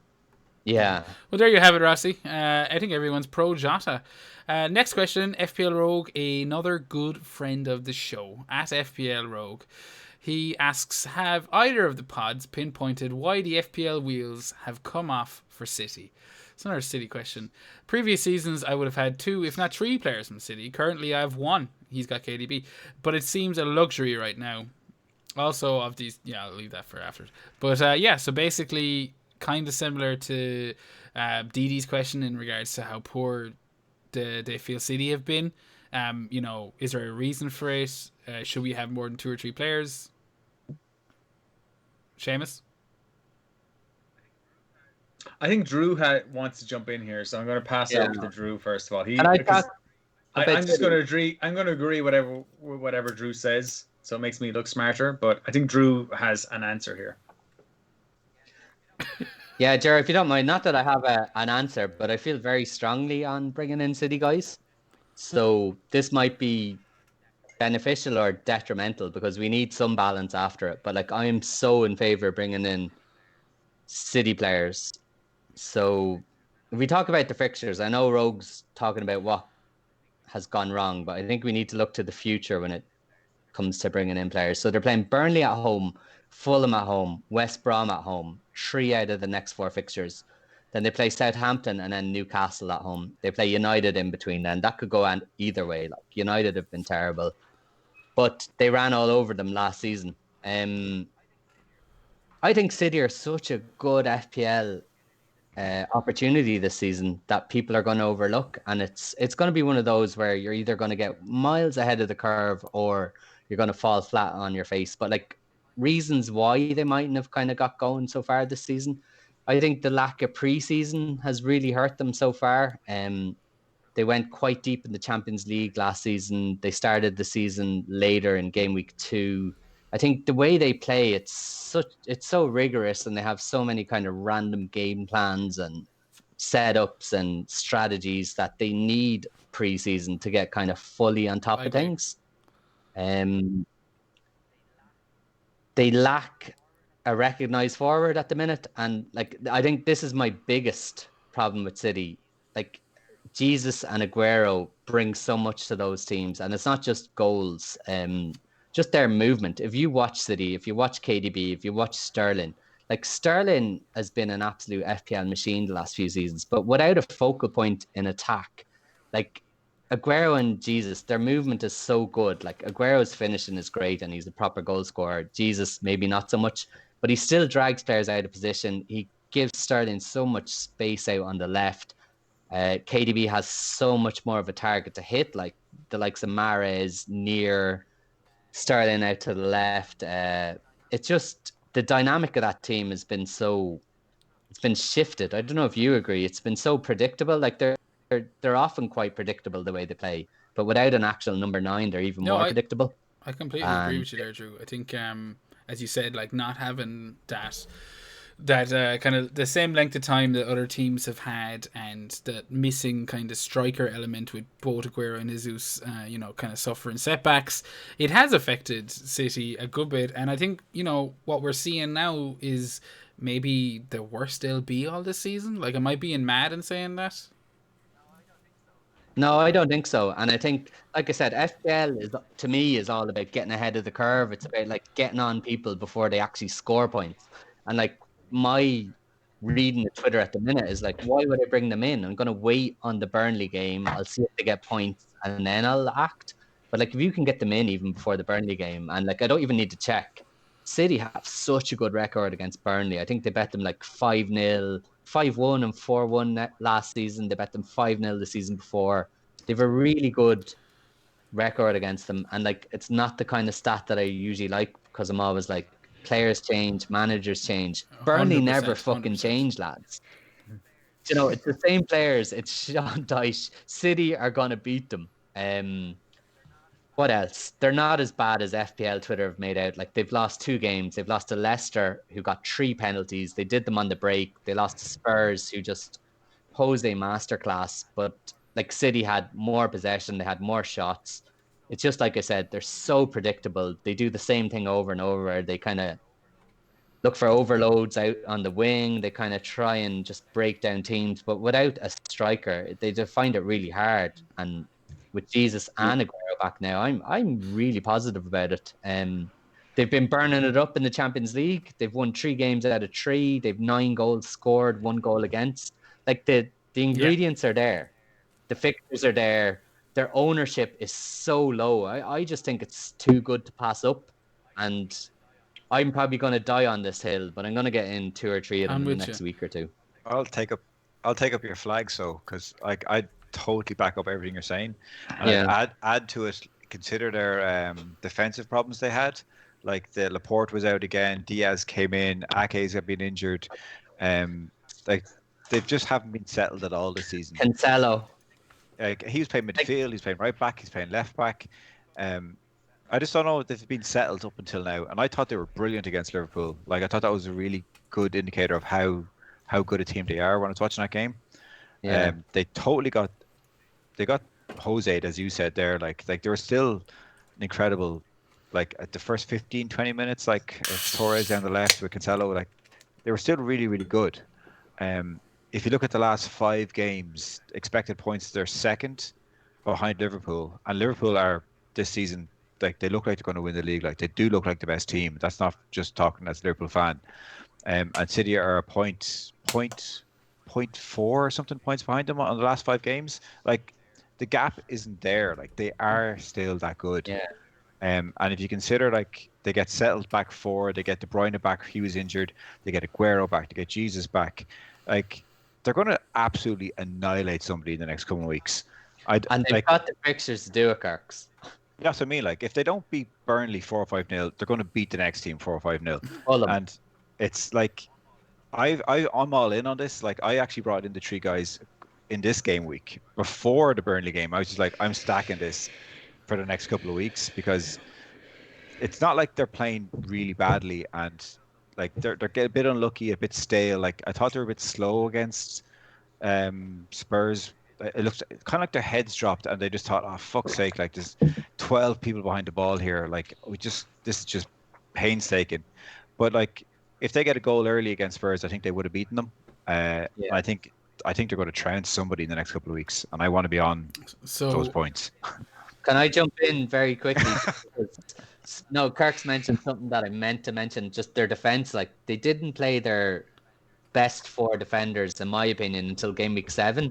So Cancelo, Diaz, Laporte, and Kyle Walker, like I think they're so solid, and like pick 2 out of 3 of them, like they're great options going forward. Speaking of 2 out of 3, Drew, out of KDB, Salah, and Son, which 2 are you taking? KDB, Salah, and Son. No KDB? I think Salah is a must. Just the Liverpool fixtures are so solid, and like by default, he's got like a nice. The guy you sold last week. Yeah, but like, I'm just so mad for chasing points. But I'd nearly take it as a bonus that he missed a game. Like it's a bit of a rest for him, and these guys are elite athletes. Like COVID is nothing to them. Are you a COVID denier? Are you saying that COVID is going to make absolutely zero difference to him? Like he's going to be absolutely fine. You know, his lungs are absolutely no difference. Like lads, don't wear a mask. It's grand. But I'd pick Salah and probably Fair KDB. enough. Seamus, KDB, Salah, and Son. Which 2? Well, I don't know about these 2 guys. Like, they don't seem to know how these FPL podcasts go. Like, one person comes up with one opinion, and the other person needs to come up with the contrarian opinion. Like, they're here agreeing with each other. And to be honest, I completely agree with what they're saying. But I'm going to have to take a contrarian opinion because otherwise this is dull. Well, I asked you KDB, you know what I mean? Salah, and Son. I didn't go back to the original one. Pick 2. Yeah. I'll say KDB, Salah. And why KDB and Salah? Why do you think KDB over Son? Well, for the reason I'm going to put my balls on the chopping block, it's that I think what we said earlier, I just don't like their fixtures there being Spurs. I think the way that Mourinho will have them lining up is, yes, he will get them to counterattack, but against teams that don't set up well against counterattack, I think there's not going to be a whole lot of joy. I think Kane will prosper more in those games if and when they get penalties and stuff like that. So there will be I really love Son as an FPL asset. I just don't think he's going to get 250 points this year. You know, he might get 200 maybe, but he's already like well on his way to almost what is he on now? 80 points or something. So I just think it's going to slow down. I think this is the time it's going to slow down. For you, I'd be with you there, Seamus. I'm KDB and Salah. I think they're probably 2 of the best 3 options in the game.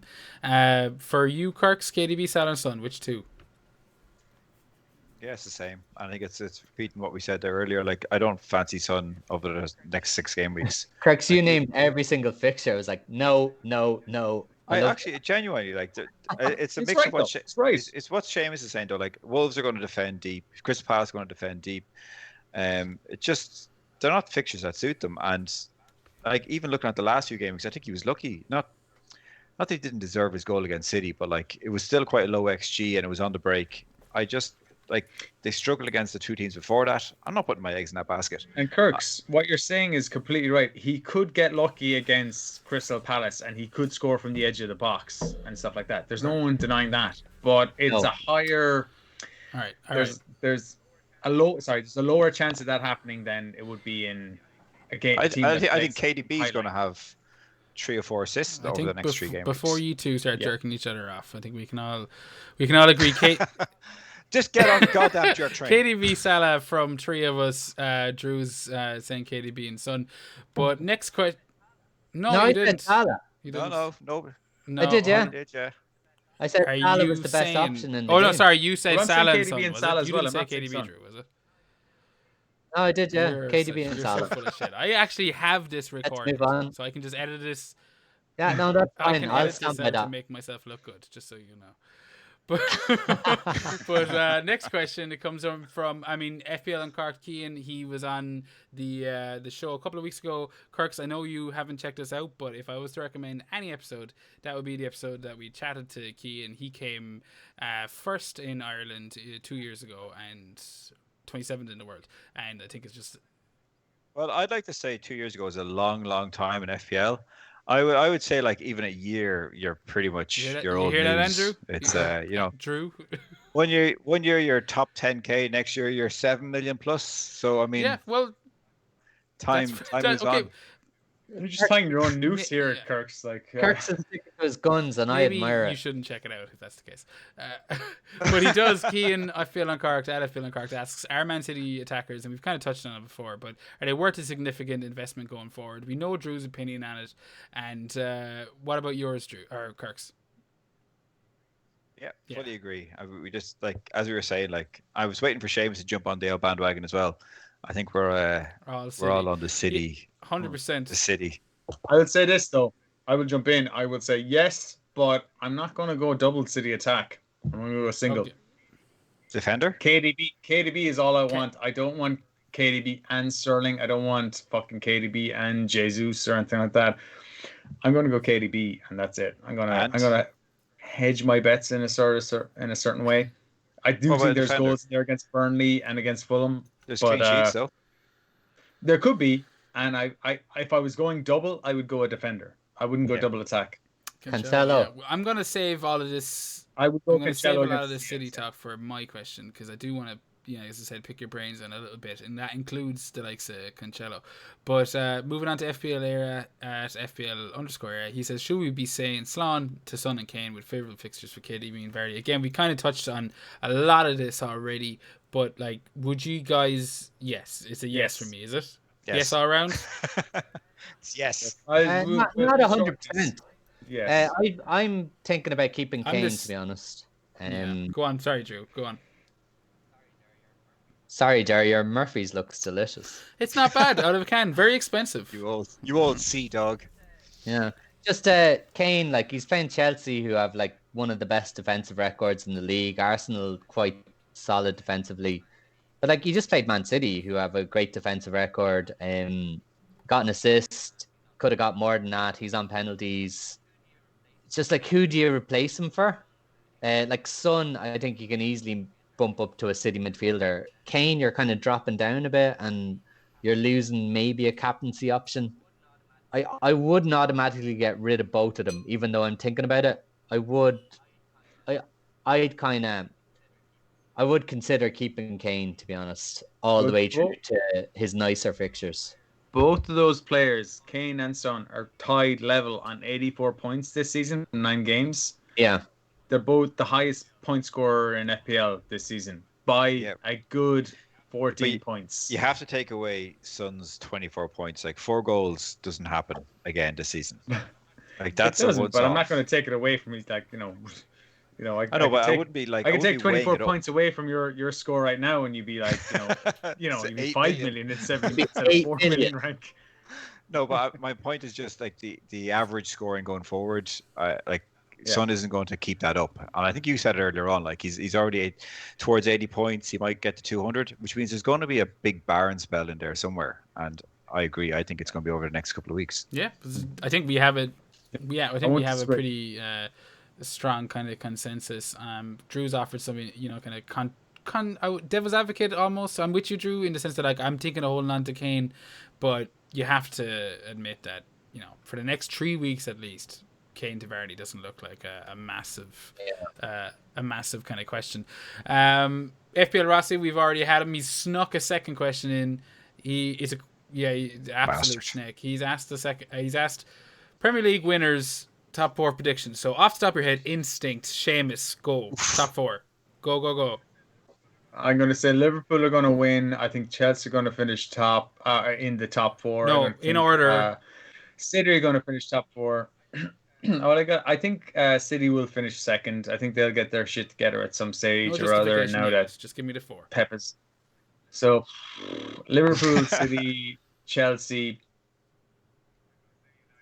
I'm going to say United because I think they're going to sack Ole. Okay, Kirks, go for it. Liverpool, City, Chelsea, and it's the exact same. Massive pause. Fuck. Yeah. Just pick anyone between United. the rest of them. United probably a go decent Everton, shout if they picked up. You want to go Everton. You're a big Everton fan, right? I love Everton when they've got everybody fit. Even in the last day when Richarlison was back, he set up that goal. Like it's just like, yep, he's back. But I just can't see them staying fit for the whole season. It's just such a compacted, busy season. I just can't see it. So I don't see them lasting. Not the most DCL goal ever. Oh yeah, stop. Kicked off him.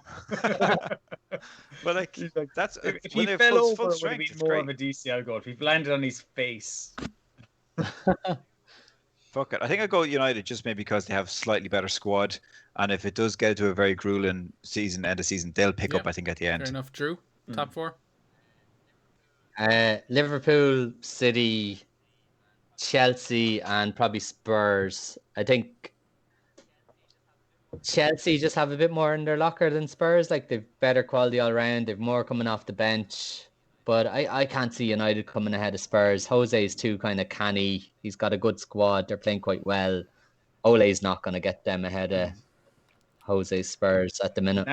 Now that Undertaker has retired, I think that Ole will be sacked around Christmas time and Undertaker will come in. And that's what I think is going to happen. What do you think, Jer? Paul Bear, assistant manager. He's dead. Me, Drew, I would go City. I'd be the same as the lads, the top 3, Liverpool, City, and Chelsea. And I think 4th. I'm going to go United just because I couldn't be listening to Spurs fans if I said Spurs. I think long pause is the best option for a 4th. Yeah, you're dead on. It's like coin toss between United and Spurs at that stage. But I think Chelsea. I think we all agree. Unanimous decision all around there for FPL Rossi, Liverpool, City, Chelsea, and long pause. Next question is coming in from FPL Tommy at FPL_Tommy. He says, best defenders. This is deliberately to Renegades and Drunk now, not me, not us. Fuck that.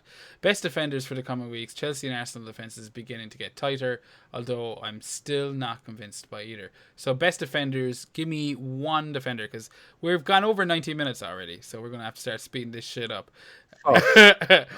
Give me one defender that you would want for the next upcoming game weeks. Drew. Seeing as I'm put on the spot, I'm going to go Alex Telles. Bit of a punt. Luke Shaw's out for the next month. United's defensive record over the last 4 games has been pretty good. They've only conceded 2 goals. They've kept 2 clean sheets. Their expected goals conceded is best in the league. Their expected clean sheets is best in the league. Their big chances conceded is best in the league. And then Alex Telles takes some corners, he takes some free kicks. If Bruno ever gets generous like he did tonight and let Rashford take a penalty, Alex Telles took all the penalties for Porto. I think he's a nice punt. He's a calculated risk for me. Some good upcoming fixtures. Seamus, defender. He's talked about Chelsea there, and I'm not going to disparage Chelsea, who's got, I have, for example, Chilwell, who's got me 24 points in the last 4 game weeks. But if I'm going to back a defense, it's going to be the same defense I backed in my green sheets in our picks last week, and I'm going to back a Leicester defender. I won't back James Justin this time like I did last week. I'll back Fofana maybe. Okay, they've got 3 home fixtures in their next 4 between game weeks 10 and 13. Fulham, Brighton, and Everton, with an away game against Sheffield United team that just don't score goals. So there could easily be 4 clean sheets in that game. So I think someone like Fofana could be a great pick. If James Justin plays all 4 of those games, I think he's Fair even enough. better. Kirks, what have you got? I thought I'd be fucking scratching the barrel here. I thought my guy would be gone straight away. Cancelo. Burnley at home, Fulham at home, West Brom at home, Newcastle at home. We should have been just naming 3 City players here. They're going to that's ridiculous. And they'll put up against United as well. They won't want to lose that game. And then Southampton in between. But Burnley, Fulham, West Brom, Newcastle home in the next 6. That's mental. Yeah. Definitely get one in. Can I change my mind? I would rather go for Kirk's picks. So we've got 2 for Cancelo, Seamus. If I had to pick one, I would probably go with. I mean, since you've taken all really good options there, but I think maybe Van Aanholt, if I'm going to be a little bit of a outside, kind of punter there.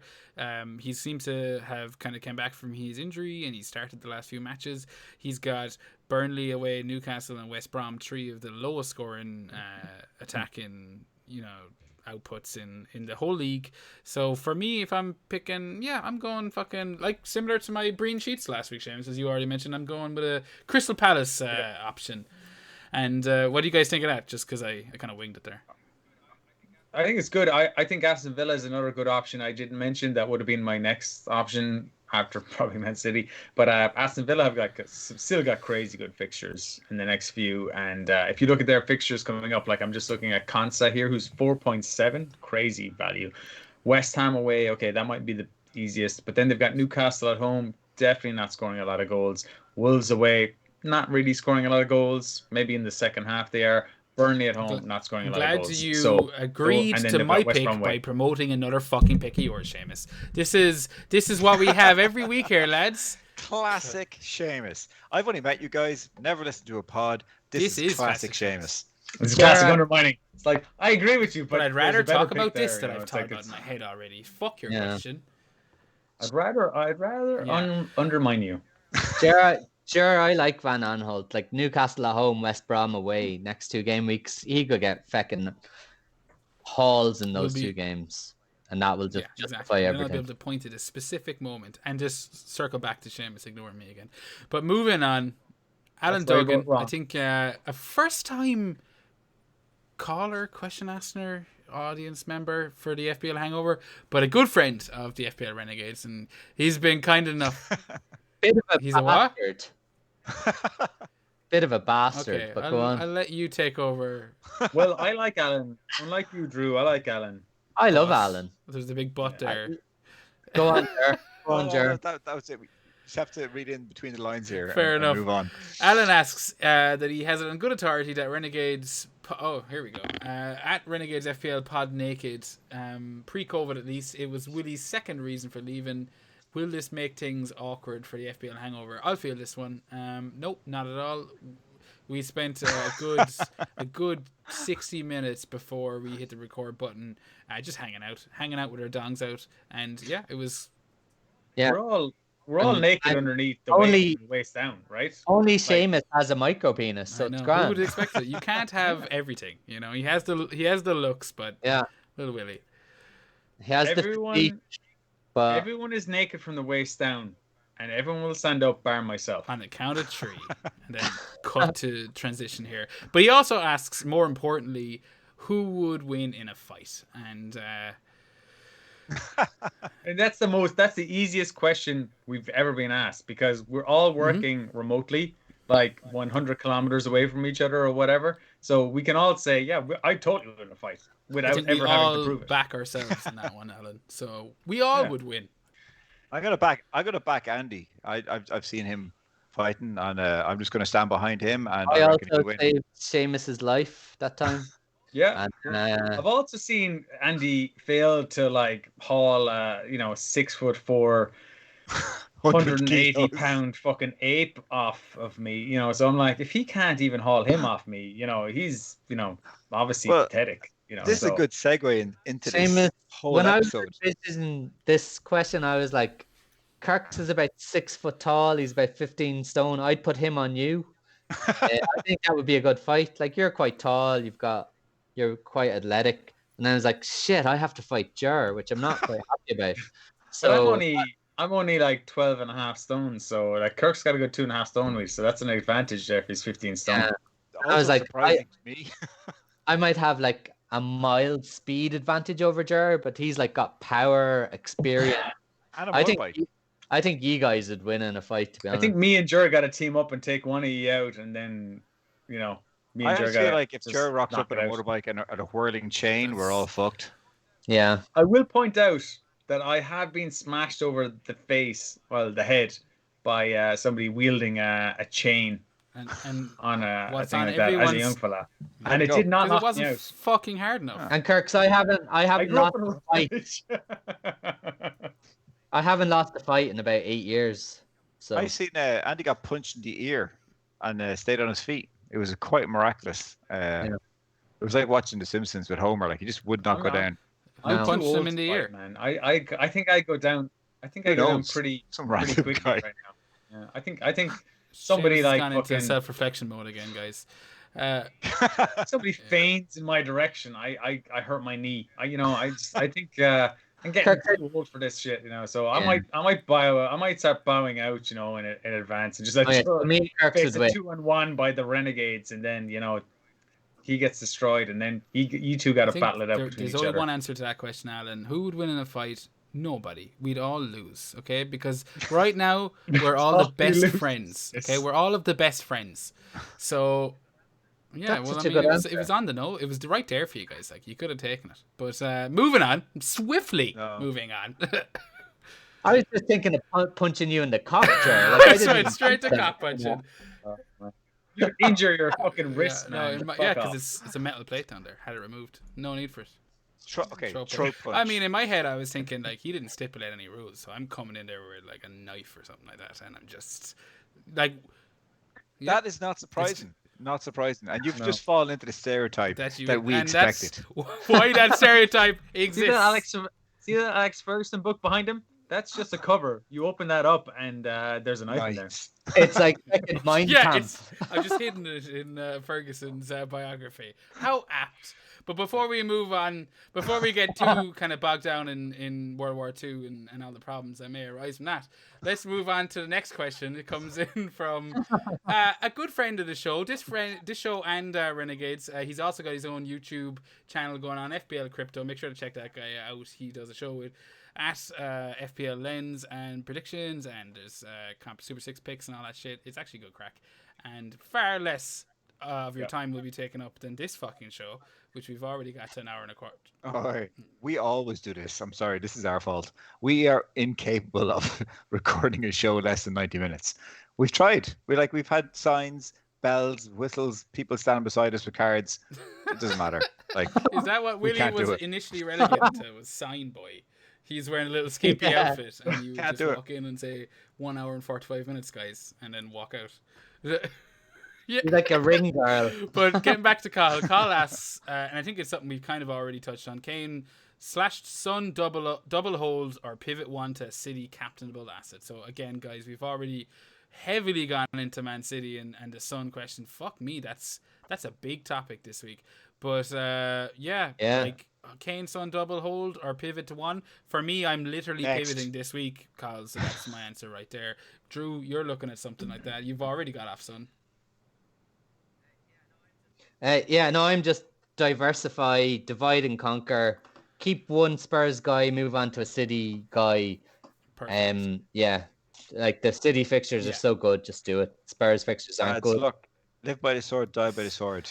I can't believe it had to get this long before you threw that in, Kirks. That's disgraceful. But we do already know you're all City. You've already gone in them. Seamus, you got to give me a yes or no answer to this one. Yes, that's all I needed to hear. So that's all the questions on this. I think Renegades, ye lads threw out the yoke as well. There's a lovely little gif of Obama's wife. Alan had another question on that. Cheeky. Seeing as Man City are playing like Man United, is it prudent to get Mahrez instead of splashing the cash on Sterling or KDB? Before you... No. No. Can I Because jump he in here says now? before No. you No. say no. and that he's not nailed on. He has started 6 of the 8 I've games read the this full season. So question. you're saying no? Yeah. No, This is a it's stupid not. question. It's not This is a about stupid question. his I'm with you. starts. Yeah, It's not about his starts. Yeah, He's no, done no, fuck I'm with you. all this season. He's been fucking shit. It's not because he's not starting. It's because he's starting and playing crap. And part of the reason they've been blunt in attack is Fair he enough. hasn't been good. And he is liable to lose his place at any time. But He even will that, lose his place. Yeah. Anytime. I'm amazed he started 6 of 8 games. He's actually been terrible. Yeah. A few games I've seen, he's not been good. Actually, it's the same. But- I actually read a thing about people defending him, and they were like kind of going, "Oh, get off his back!" Like Get off Premier his League back, winner, and like lads. he's so quality. He's brutal recently. He's so greedy. Like he doesn't produce anything. Like he tries to cut in and score, and he gets blocked, and that's it. Like he gives the ball away, and it's just like, why is he on the pitch? Like they've got his best game was Foden. against Leicester when he scored, and he actually scored that game in fairness, but they lost 5-2. His best game was against Leicester. He scored a cracker, but has he? I actually don't even know his stats. I reckon he hasn't scored this season apart from that one game. Like a resounding no. I'm gonna speak for Drew.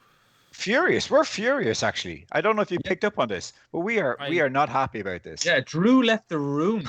I hope you're fucking happy with that, you Duggan. Look what you've done. You've broken this happy family apart. Another question, FPL. Jesus Christ, lads are sneaking in the double questions this week. Another one from FPL Fairy at FPL Fairy. He says, which of the podcast hosts would win in a race? Now, Drew was not happy with this question. You can answer it, Drew. Who would win the race? I think this is like a really tragic question. It's unfair.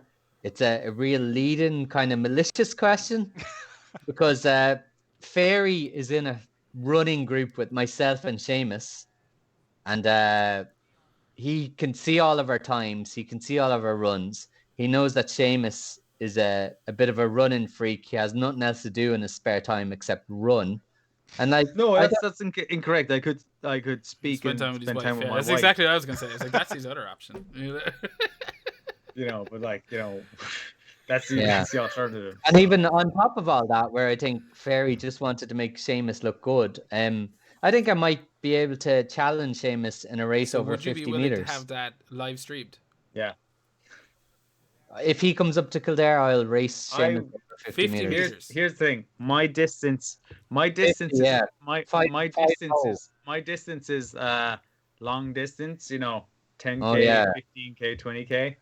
Mo Farah kind of drug distance. He's making the mistake of thinking I'm actually slow over short distance. Well, you're actually making it sound like that I'll is the beat him. case. But I think we all agree that I don't know. Okay, I don't know about 50 Lads, meters because that's misread a sprint. You've misread the question. I But- blame Drew. Drew has led you down the garden path there. What Fairy's really talking about is if this was a 100 meters, wacky Drew. races style event, who would win? And I think it's quite clear that Limerick guys are going to win the wacky races. We're going to have a lot of shenanigans. I think the better race is Kirk's against Oh no, he's winning. Jar, because I think neither you will either turn up to the finish No, line. yeah, Kirk's, you can have that one. You win. Take it. Take the gold.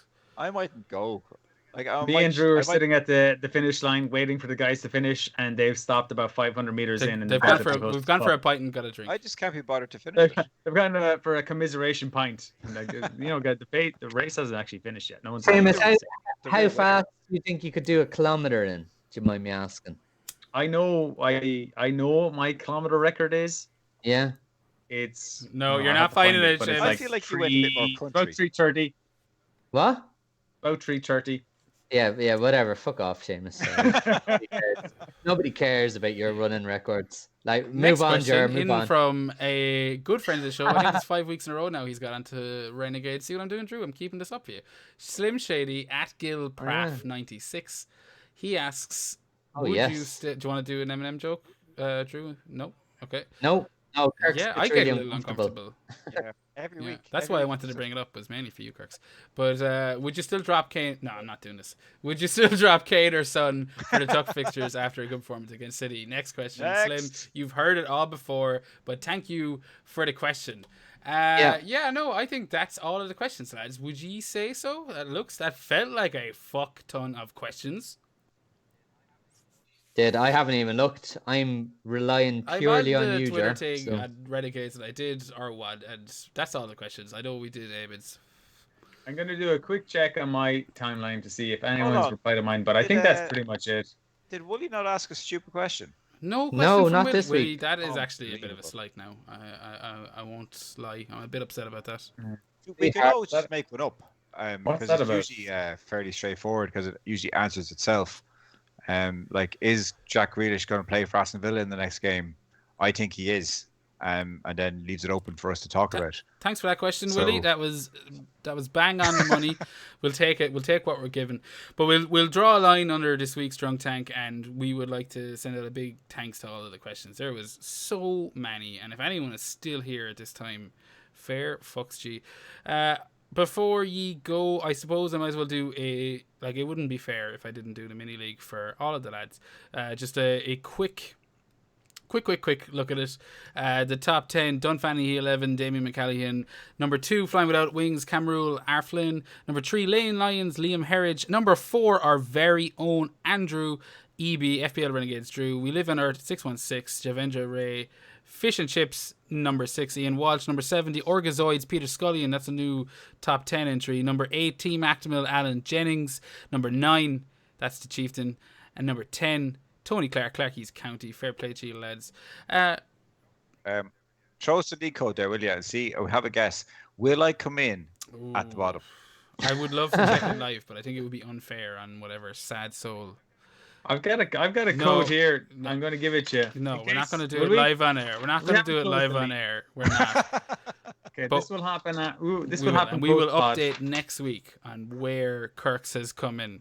Will Kirk's come in Where's at the Kirk bottom? entry? I think depending on how this episode goes, because it might have tanked by now, we don't fucking know. But we could just be doing a weekly feature on Kirk's and how easy he kept the red arrows going. Because 7 in a row is Ah, it's It is so 7 in a row impressive. with someone who impressive. knows how to play the game, making changes every week. Yeah. That's tough to do. Not with intentional hits. You know, you're not taking like -8s every week or anything like that. You know, this is Do you there's think it's effort gone into overshadowing this. you, Drew, a little bit? He like his red arrow is kind of overshadowing your green a little bit at this stage. I think Great a little question. bit because Great question. last season it was the reverse of it, except I wasn't 7 million. I was probably about 1.5 million at the time, and all I did was moan about my poor record, and then I turned it around, and Kirk's got a little bit kind of jealous about it. And I wouldn't be surprised at all if Kirk's wasn't kind of bottling this season on It's- purpose.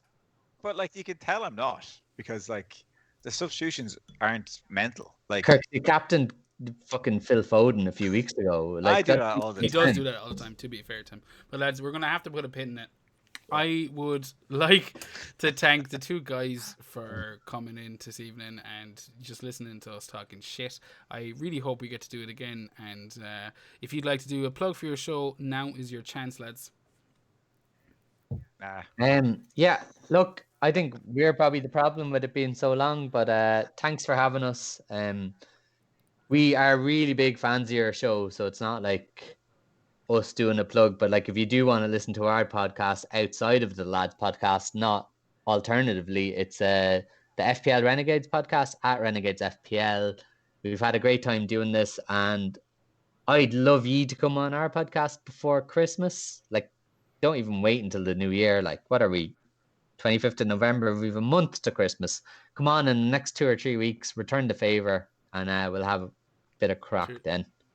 Kirks, you should say something though for a change. I really shouldn't. Okay, there you go. He said it Just all. say something offensive, please. Kirk, say something offensive. You know, I was this, just you gonna know, say go fuck yourselves. I don't perfect. That is exactly what we want to hear. We want to get flagged by iTunes. You know, that's exactly what we want. 'Cause that's what's I will say this. I can't speak for sure, but yeah, we listen. We love you guys' podcast as well, and I think we would like to be on your podcast at some stage too. You know, there's probably about 16 game weeks between now and Christmas, so there's loads of time to get that organized the way the FPL season's going. So we will definitely look at getting that organized. So to anyone that's listening here, you can check out the guys is it at Renegades FPL or is it at FPL Renegades? Excuse me for being The ignorant first, here right the first one, thanks. at Renegades FPL. You can check these guys out. Of course, you guys probably know we're at FPL Hangover. I'm at FPL Drunk. Kirk's is like off social media. You know, he doesn't want to be found by the government, so that's fine. Is on the dark web somewhere. You can email us at fplhangover@gmail.com, and obviously we're on YouTube as well. So if you're watching this, subscribe, like that shit, get on to us. Anything else I've omitted, Jer? You've covered all of the nasty details, but I would like to reiterate, thank you all for listening. I can definitely see the FPL Hangover invading the Renegade studio at some stage. But until then, guys, enjoy Game Week 10, and God bless.